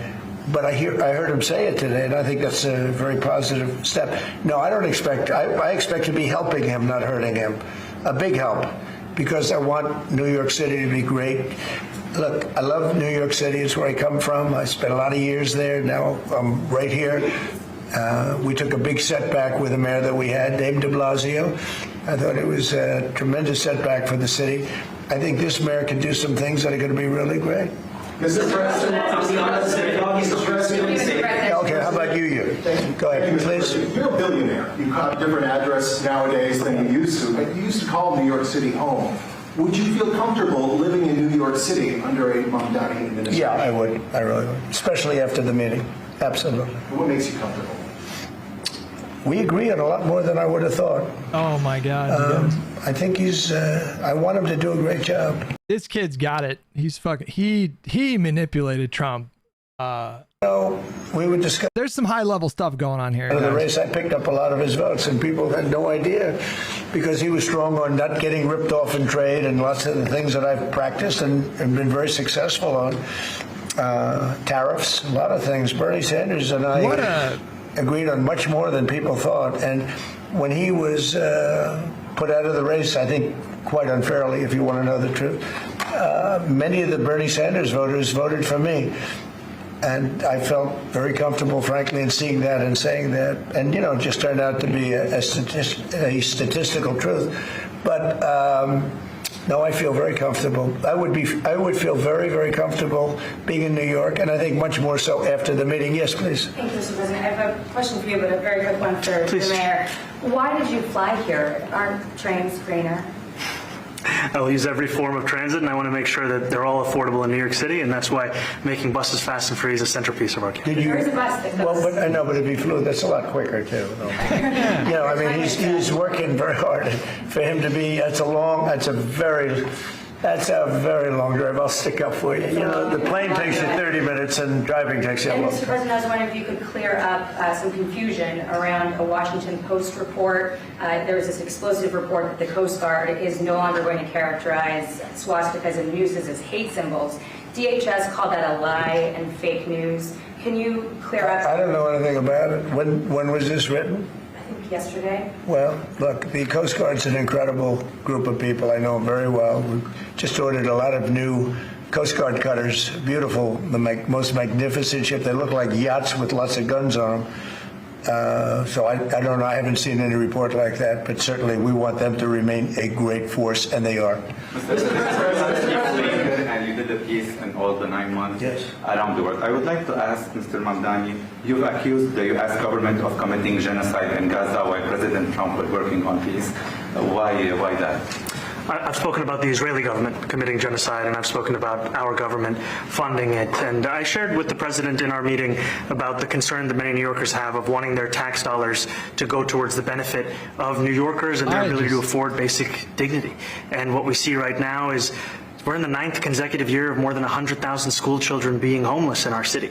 And there's a desperate need not only for the following of human rights, but also the following through on the promises we've made New Yorkers. And I appreciated the meeting we had and the work that we can do. Do you agree that President Trump did do a peace and work hard to make the peace? Because he worked hard to do the peace in the Middle East and everywhere. Do you agree with that? I appreciate all efforts towards peace, and I shared with President Trump that when I spoke to Trump voters on Hillside Avenue, including one of whom was a pharmacist that spoke about how President Trump's father actually went to that pharmacy not too far from Jamaica Estates, that people were tired of seeing our tax dollars fund endless wars. And I also believe that we have to follow through on the international human rights, and I know that still today those are being violated, and that continues to be work that has to be done no matter where we're speaking of. Mr. President, thank you, Mr. President. Do you view the mayor-elect as the true leader of the Democrat Party? And do you think Leader Schumer and Leader Jeffries, have to follow his lead? Well, look, I hope they have great leaders. This is a man that right now I think is focused in New York City. I really think he has a chance to do a great job. We're going to help him. Wow. But I really think he has a chance to do a great job. But I'll let you answer that. Do you consider yourself the leader of the Democrats? I think it's more appropriate for him. I consider myself the next mayor of New York City, and I keep my horizons firmly on New York City. And I appreciate the meeting with the president, which focused again on the 5 boroughs and whether New Yorkers could afford to live there. By the way, being the mayor of New York City is a big deal. Absolutely. I always said, one of the things I would love to be someday is the mayor. This is Hutch's 9/11. You're out of your mind. I'm fucking loving this right now. I've got really a turning point, one way or the other. It could go great, or it can go in a different direction. And I think you really have a chance to make it great. I appreciate it. Mr. President, you say you love New York City. Mr. Mamdani, does New York City love President Trump? New York City loves a future that is affordable, and I can tell you that there were more New Yorkers who voted for President Trump in the most recent presidential election because of that focus on cost of living, and I'm looking forward to working together to deliver on that affordability agenda. I got a lot of votes. One more. Go ahead. 1 or 2 more. Go ahead. I tell you, the press has eaten this thing up.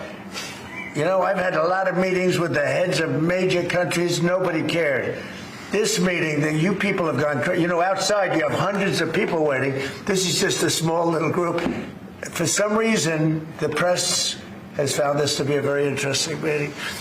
The biggest people in the world, they come over from countries nobody cares. But they did care about this meeting, and it was a great meeting. Go ahead. Yeah, Mr. President, I was going to ask you exactly that. Why do you think there's so much more, so much excitement around this than in some form? Because I think he's different. All right, I think he's different, and that can be in a very positive way, but I think he's different than, your typical guy, runs, wins, becomes mayor maybe, and nothing exciting. because he has a chance to really do something great for New York. New York is at a very critical point, and he does need the help of the federal government to really succeed, and we're going to be helping him. But he's different than, your average candidate. He came out of nowhere. I said he has a great campaign manager standing over there. He came out of nowhere. Would you start off at 1 or 2? And then I watched. I said, who is this guy? He was at 1, then he was at 3, then he was at 5, then he was at 9. Then he went up to 17. I said, let's get a little bit interesting, right? And then all of a sudden he wins a primary that nobody expected he was going to win. It's a great tribute. I mean, it's an amazing thing that he did. And I'll just add one thing to what the president said. One thing I also appreciated is in our meeting to appreciate a portrait of FDR and the incredible work that was done with the New Deal, and also in thinking about what it can look like when the federal government and New York City government work together to deliver on affordability. It can be transformative. We have a great portrait of FDR that I found in the vaults that was missing for years. I found it and I put it up. He's a Democrat, to the best of my knowledge. He's a Democrat. And when the mayor saw that portrait, he said, "Sir, do you mind if I have a picture taken by that portrait?" It's an amazing portrait. I hope the picture comes out good. But it's an amazing portrait in the cabinet room. So he's a big fan of the New Deal, I guess, and of FDR. Yes, ma'am. Thank you, Mr. President. You said that you both spoke about crime. Yeah. There are many police officers set to come off the rolls at the end of this year in New York City. Are you going to allow those police to be replaced with police officers, actual cops? And are you going to require that happens? Would there be some consequence? Well, I hope it happens, but again, that's going to be ultimately the mayor's decision. What's your answer?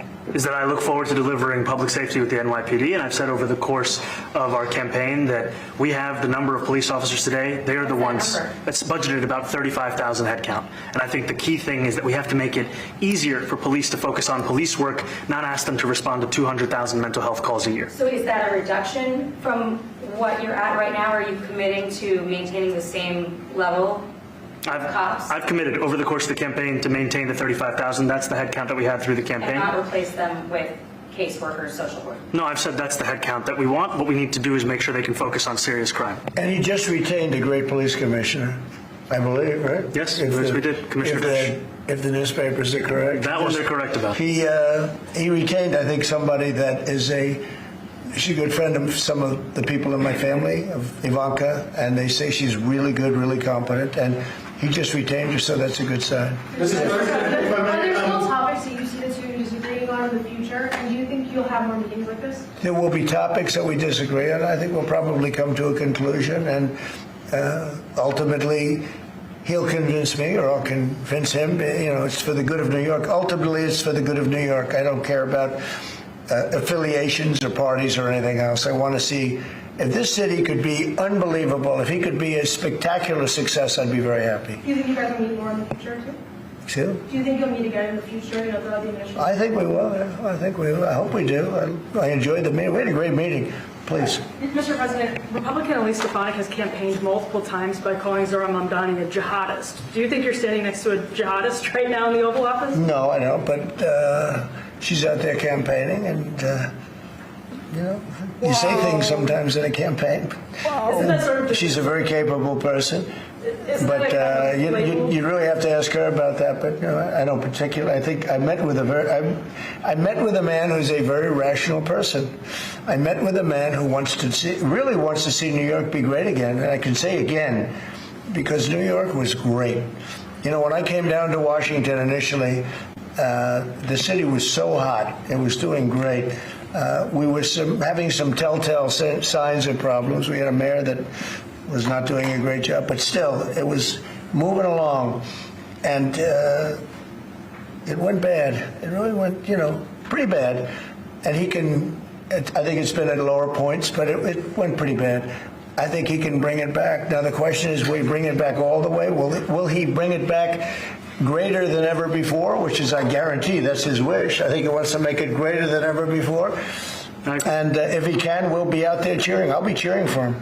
Okay? Thank you very much, everybody. Thank you very much. I care very deeply about Jewish safety, and I look forward to anti-Semitism across the 5 boroughs and protecting Jewish New Yorkers and every New Yorker who calls the city home. I am. Hot mic moment. Hot mic. We got a hot mic moment. Listen for the hot mic. We're still mic'd up.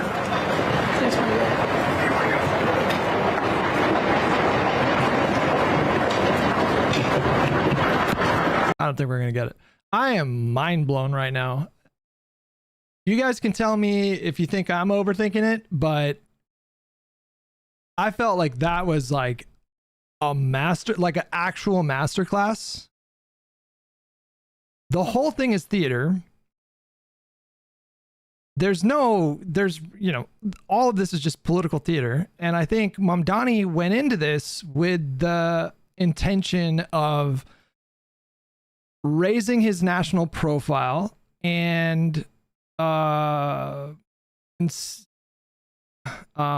gaining goodwill and trust from his constituents. And I think he just pulled it off like flawlessly. I think he got the better of that exchange by far. I don't know what Donald Trump got out of that. I think this is just going to piss off his base. I thought that this was it was a really interesting thing to see. Not interesting, that's a bullshit word. You know, that he kind of undercut Elise Stefanik, Trump, but she's campaigning on calling him a jihadist, and now Hochul's campaign can use footage of Trump saying, no, I don't think he's a jihadist. I mean, that's pretty significant. I don't think he realized he did that in that moment. I mean, you know, pretty significantly undermines Stefanik's entire pitch. It's going to be interesting to see if she pivots to something else now. You know, I think it's really obvious that Mamdani went into this thing really prepared, and he, I think, tried to engineer this specific outcome. Like, I don't think he wanted a shouting match back and forth. So there's some reporting that he reached out to Jeffries and Schumer and Pelosi and asked them for advice on how to talk with Trump. I think it's pretty obvious that he went in there with a game plan to sort of like charm Trump. I think that very clearly worked. Very clearly worked because he looked charmed. I don't know how else to describe that. He looked positively charmed by Mamdani. So I think Mamdani got so much out of this. And it might have even hurt Trump with his base. Like, I don't think his base is going to be happy to see him chumming it up with someone like Mamdani. You know what I mean? Like, it kind of mutes a lot of their attacks. Like, a big part of the right-wing movement right now is about really aggressively attacking Mamdani and trying to paint the entire Democratic Party as though their politics are Mamdani's politics. And something like this actually like helps to mute that a bit. If you have footage of Trump almost like gushing over this guy. You guys tell me if you have the same read, but I feel like that was like very impressive. Very impressive. You know, like, he gave political answers. What is this? We killed it? What's going on? Oh, yeah. Yeah. This picture kind of says it all, doesn't it? Yeah.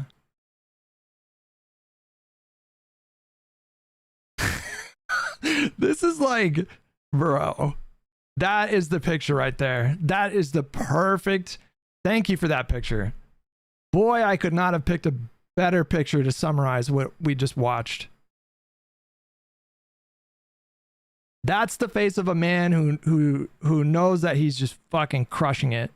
This looks like the exact face that South Park uses for the profile shot of Trump. Like, that looks like the exact face they use.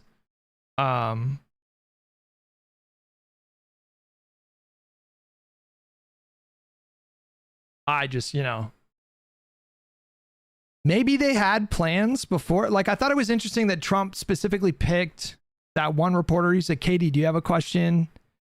And then I felt like maybe there were plans to I felt like maybe she was a plant, like they pre-organized or pre-planned that question.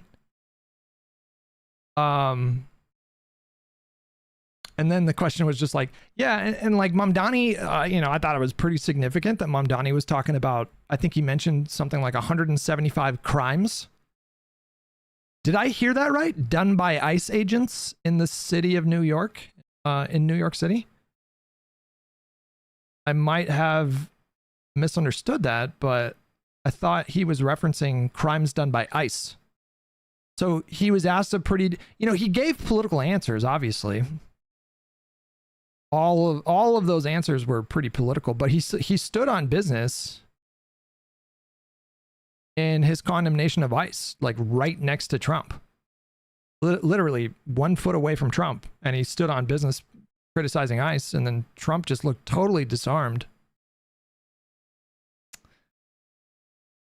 Wow, that was really something. I mean, I already knew that I felt like this guy was very impressive, but he really impressed me. That was really impressive. And he's still early on in his political career, He can run for governor, he can run for the Senate, he can run for the House. He can't run for president, but I don't know. I feel like we have not seen the last of this guy. I don't feel like he's going away anytime soon. Just imagine that pressure. Just imagine that pressure. You have to understand that this guy has rose to national prominence really only in the last 5 months. So just imagine where he was 5 months ago and then today, culminating in today. And that is a really high pressure situation. And so there's a couple things that I know for sure about this guy is that, number one, you can count on this guy in the clutch. He seems to be one of those personality types that likes that kind of pressure. He's like fucking like Kobe liked that kind of pressure, I don't like that kind of pressure. I don't like being 1v3 in S&D. I'm not that guy. Even though statistically I was the clutchest player on Umo. That's what the numbers very clearly show. But so he's a clutch player. He seems to do extremely well in high pressure situations. Number two, he's very well prepared individual. I think it's pretty obvious that they prepared for a lot of different kinds of questions and he had the answers queued up immediately. I think he has really good political instincts. Another thing that I think I already knew that about him, but I think this really confirms he has, not only did he have the instinct to want to have this meeting, which I think just really helps him. I think this is a really one-way thing. I don't know how this meeting helps Trump at all. Maybe with some moderate voters that like bipartisanship or something like that. I don't know. But I really don't think, I don't understand how this meeting helped Trump at all politically.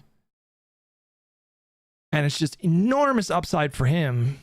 I think we can surmise that he has a very competent staff that help to prepare him really well for this conversation. So I think I can say pretty confidently that he's surrounded by very competent people. That was just remarkable. I really thought that was remarkable. I hope I wasn't reading too much into it, but I was in my head like the whole time, like looking at it from like 30,000 feet. And I just think he played this guy. I think he just played him so masterfully. I think he played Trump right there. I think he really played him. Do you guys agree with that? I think he played the fuck out of Trump. I think he was like, I want this outcome. Here's what I think I need to do to get that outcome. And then he got that outcome.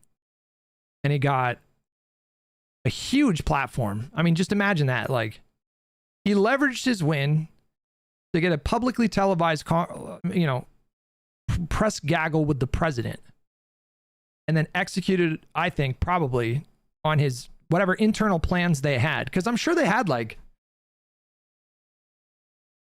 I've never been in the room when they do political strategy, when some politician has a team and they're talking political strategy, but I assume they're probably planning for like 5 different, like, okay, like in this situation, we're going to plan for him, Trump being like mildly irritated, and then we're going to plan for him being belligerent, and then we're going to plan for da da da. I think they probably plan for like different kinds of dynamics.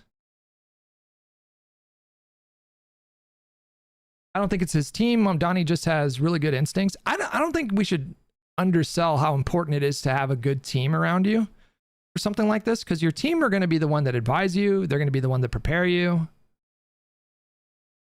I think like behind every impressive politician, that person is probably going to have like a really good team. And we can see the consequences of having like poor staff. Like we've seen that before.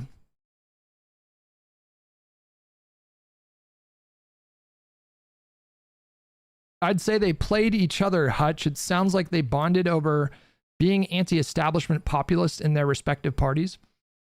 I don't think Trump played Mamdani at all. I don't understand the political upside to this for Trump. I don't know how it helps Trump at all. If I had to guess, if I just go on conservative Twitter right now, I'm just going to guess that there's a lot of angry, like, what the fuck are you doing? Like chumming it up with that guy.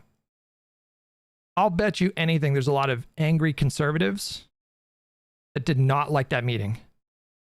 And to be fair, I'll bet you there's a lot of angry lefties that don't like that meeting, but I don't, quite frankly, think they understand like what the goal was here.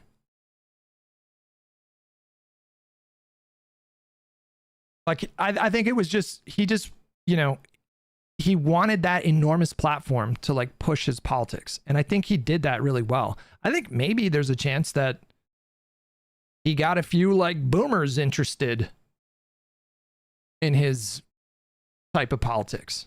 That would not shock me if there were people like boomers that watched this on Fox News that went into it with a certain set of expectations that they have about him. He's this radical extremist, blah, blah, blah, blah, blah. Which, to be fair, he kind of is radical and extreme, but not to put any kind of judgment on that, but I think like it wouldn't shock me if like some of your boomer parents, maybe some of you guys are close with your parents and you have like boomer parents that watch Fox News. It wouldn't shock me if some of you guys got texts from your parents today that's like, oh, you know what? I was kind of impressed by that guy. Which like that was the whole point, I would assume. That was literally just the whole point. It was just like to leech off of the platform, the massive platform that the White House has to sort of like present yourself to the country and present your politics to the country. And I just think he just fucking executed that flawlessly. That was crazy. Dasvidani says both sides will spin this as good for both. I just don't know. I mean, Trump can try to spin it.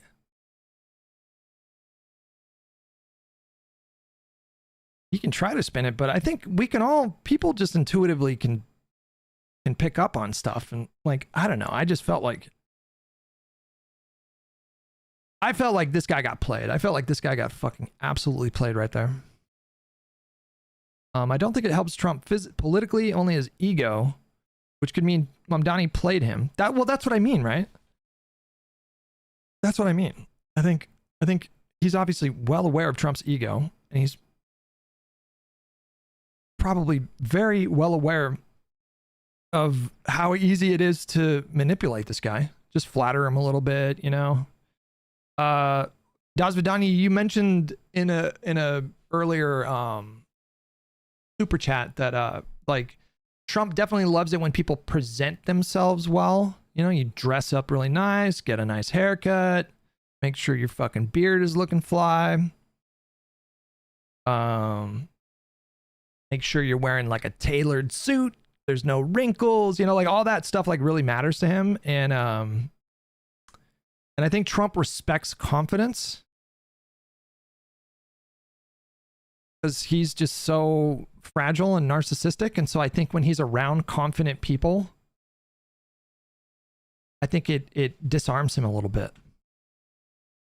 Path of Exile. Path of Exile. Thanks so much for the tier 1 membership. It's the charisma too. Yeah, I think he knows that Mamdani plays well on television. He's handsome. He's annoying Asian with 76 months, grassroots hegemon with $20. Negative 40 degrees is when Fahrenheit matches Celsius. When the two worst conditions overlap, it doesn't make me enthusiastic because I don't want to live in negative 40 degree weather. I mean, is this a metaphor for what we're talking about here? You think these are like two equally destructive forces? I got to tell you, I don't see that. That's not what I see. I think you should be encouraged after if you were skeptical of Mamdani. I think he proved himself to be very politically capable.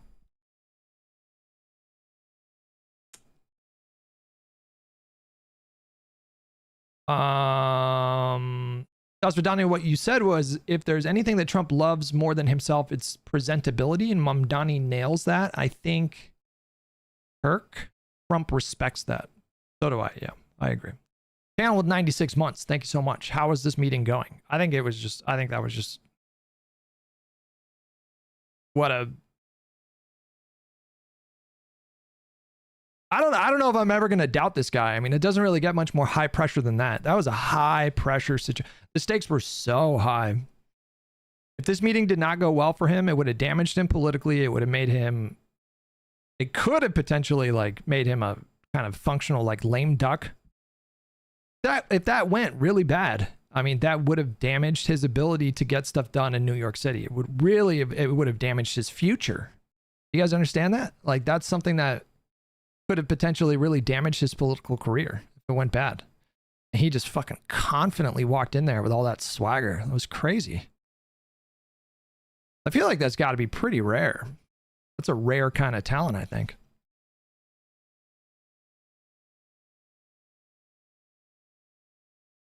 I mean, listen to me. I'm fucking gushing over this guy. Samikian. Thank you so much for a year of subscribing on Twitch. I really appreciate that, buddy. Thank you. It's easy to be confident in that position. He has nothing to lose. He has everything to lose. I disagree. He had everything to lose. He could have lost his political career if that went south. And if he just cracked under the pressure and, you know, I think we can easily surmise that confidence is not going to be a problem with this guy. I don't think we should ever really question this guy's confidence, because that was really quite a thing to like push for and then show up for and then perform at the level that he did. I think that reminded me of Gavin Newsom a little bit, bro. Those were some Newsom vibes, man. Just similar kind of like very polished. Like, first of all, like very physically polished, but also just like rhetorically like very polished. Yeah,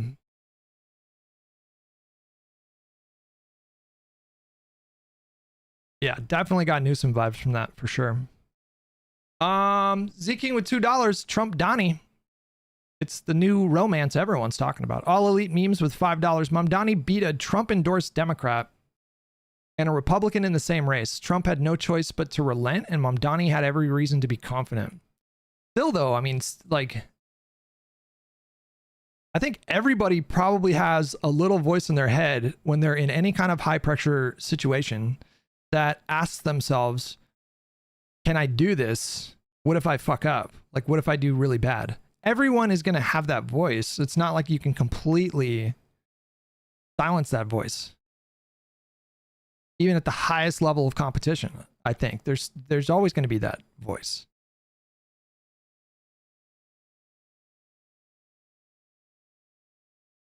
Just give the man his flowers, bro. He's a smooth criminal. I mean, he's smooth. What can I say? That was crazy. Newsom's attitude towards Trump is more grandstanding. He can't help getting digs in. I don't think he would have been as subtle as Mamdani. We've seen we've seen Newsom be very political with Trump, though. We've seen him play somewhat nice because, you know, he knew that a bad relationship with Trump might negatively impact Californians that were relying on federal support from the myriad fires and disasters we've had. So there have been examples of Newsom playing nice with Trump. You can find footage of him saying like, the administration has been very supportive and very cooperative, and we're very grateful that Trump moved so quickly on We've seen him do that.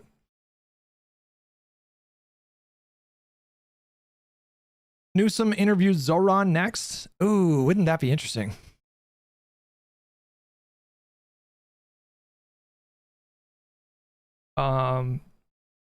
Yeah, I felt like he was giving really political answers there, but he was also doing giving those answers in a way that didn't, like, nothing he said sounded like any kind of compromise to me. I would have to go back and review it, but I don't think he compromised on a single thing. He just had really political answers, you know. So when people would ask him like about like arresting Netanyahu, I mean, that's a question that could potentially be really explosive in a setting like that, but you know, he navigated it really well. There was that interesting moment where the and it reminded me of there's footage of Mamdani about to vote in that election, and he's someone told him about Cheney dying, and there was like a brief second where you could tell he was kind of going into his mind and trying to figure out what exactly he wanted to say, and then somebody got his attention. Somebody at the polling place like got his attention. He just immediately refocused his attention to that person and then just got away with not commenting on that. But there was the one question that the reporter asked. I can't remember which question it was, but it was something really direct, kind of an explosive topic. And then Trump said, "That's okay, that's okay." And I don't think Trump was saying, "That's okay, you don't need to answer it." I think he was just trying to diffuse the tension because he genuinely liked Mamdani in that moment and didn't want, like, you know, like I felt like Trump genuinely really liked Mamdani in that moment. It was a question about fascism. Yeah, that's a really pointed question. Like, just to be clear, you called Trump a fascist. Are you holding true to that? And then Trump did a little like, "Oh, that's okay." And he had his instinct in that moment was to capitalize on Trump doing that by just avoiding answering the question. So I thought that was like a really skilled thing that he did in that moment. No, Mamdani answered, but there was the reporter asked him to clarify even further, and he started to answer, and then Trump just like did that thing. Yeah.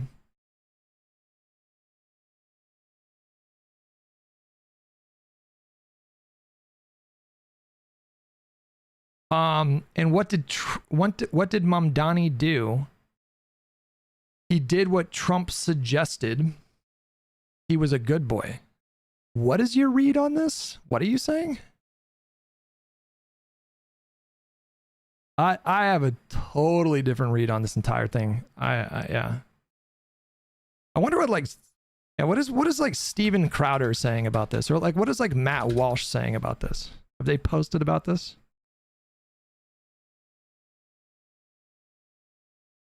Nope. What about like Matt Walsh?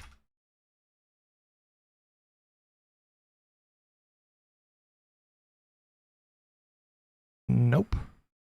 Yeah, I don't know. We'll wait to see what the conservative reaction is to this, but I think for sure Mamdani got the better of this whole situation. I think he got so much more out of that than I mean, this clip right here, I mean, like, Jesus Christ.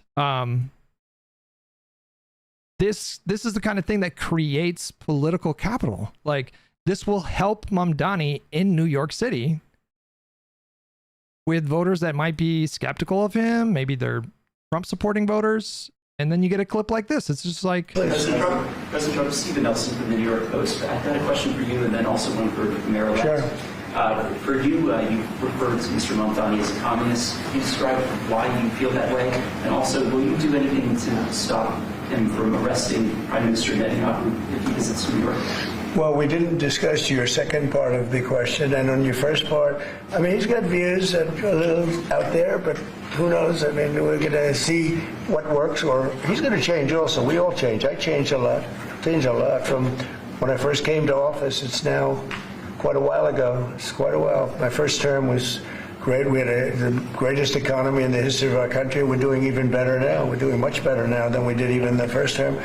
And I can tell you some of my views have changed. And we had discussions on some things. I'm not going to discuss what they were, but that I feel very confident that he can do a very good job. I think he's going to be. I think he is going to surprise some conservative people. Actually, you know, like you couldn't have engineered a better outcome. Like everything about this, I think, was just picture perfect.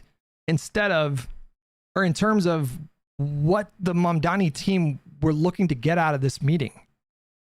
Did they leave anything on the table? Like, I think they fucking checked every single box, but like that clip right there is crazy, like good for Mamdani I assume in New York City. Like that is going to make his job easier. Just that endorsement.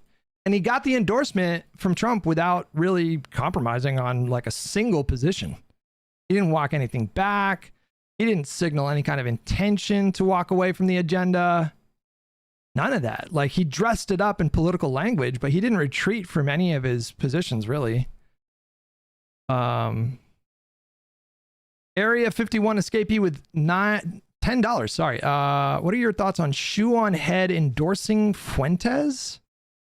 Call for right-wing and left-wing populists to work together. This makes her seem even more stupid. She said, what?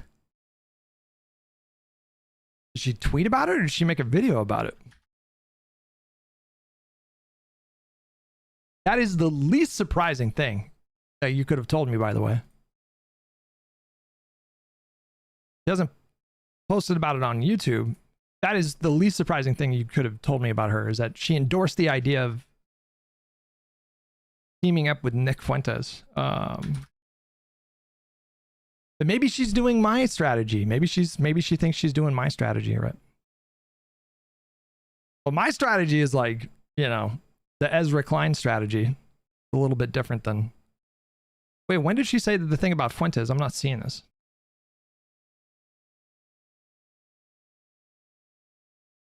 I'm not seeing what you're saying. Where did she endorse that idea? Oh, wait, hold on. Did this?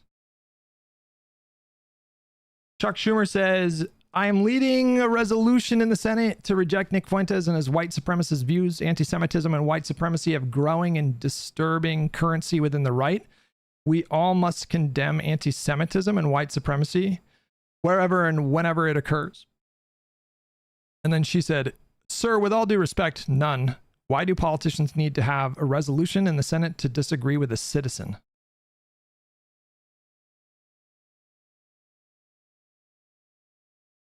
Is that what you're basing it off of?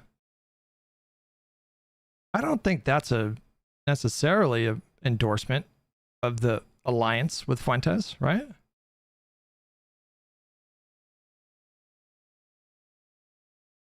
Was that it? I don't know. I think that's reading a little too deep into it.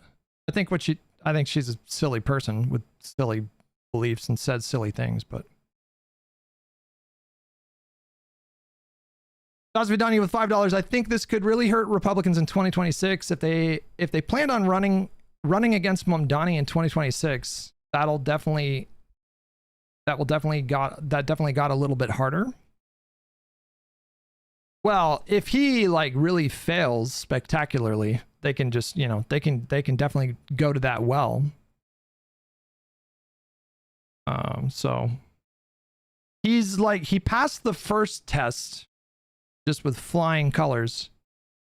The real test is going to be how he governs, and if he just like really falls on his face, then that's obviously going to be really bad for him, and probably Democrats too, because conservatives will use that failure to try to like make the entire party look bad. But if he's a competent politician, if he's a talented politician, if he's actually able to like play the game and get stuff done, then kid's got a bright future ahead of him.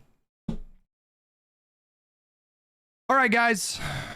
We're going to call it there. We had some technical issues today. That was unpleasant. Tomorrow is Esme's B-Day.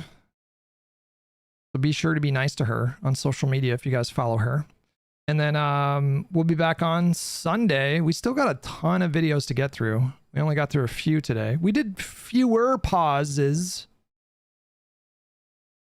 A little bit better.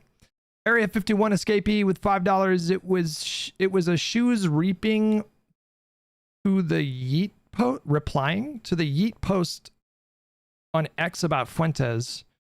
She had calls co-signed with him. Okay, hang on. Well, I didn't see that. I don't see that reply. Where are you seeing that?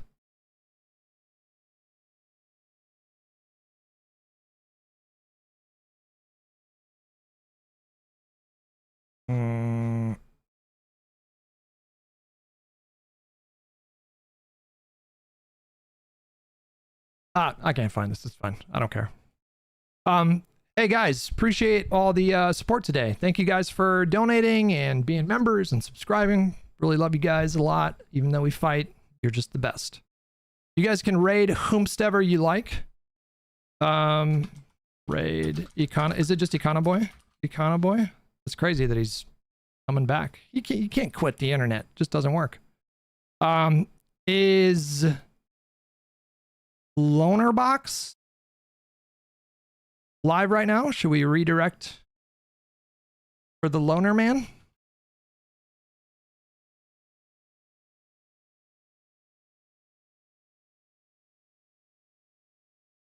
Do not see him live. Nope. All right. I will see you guys on Sunday at the regular time. Do that raid right there.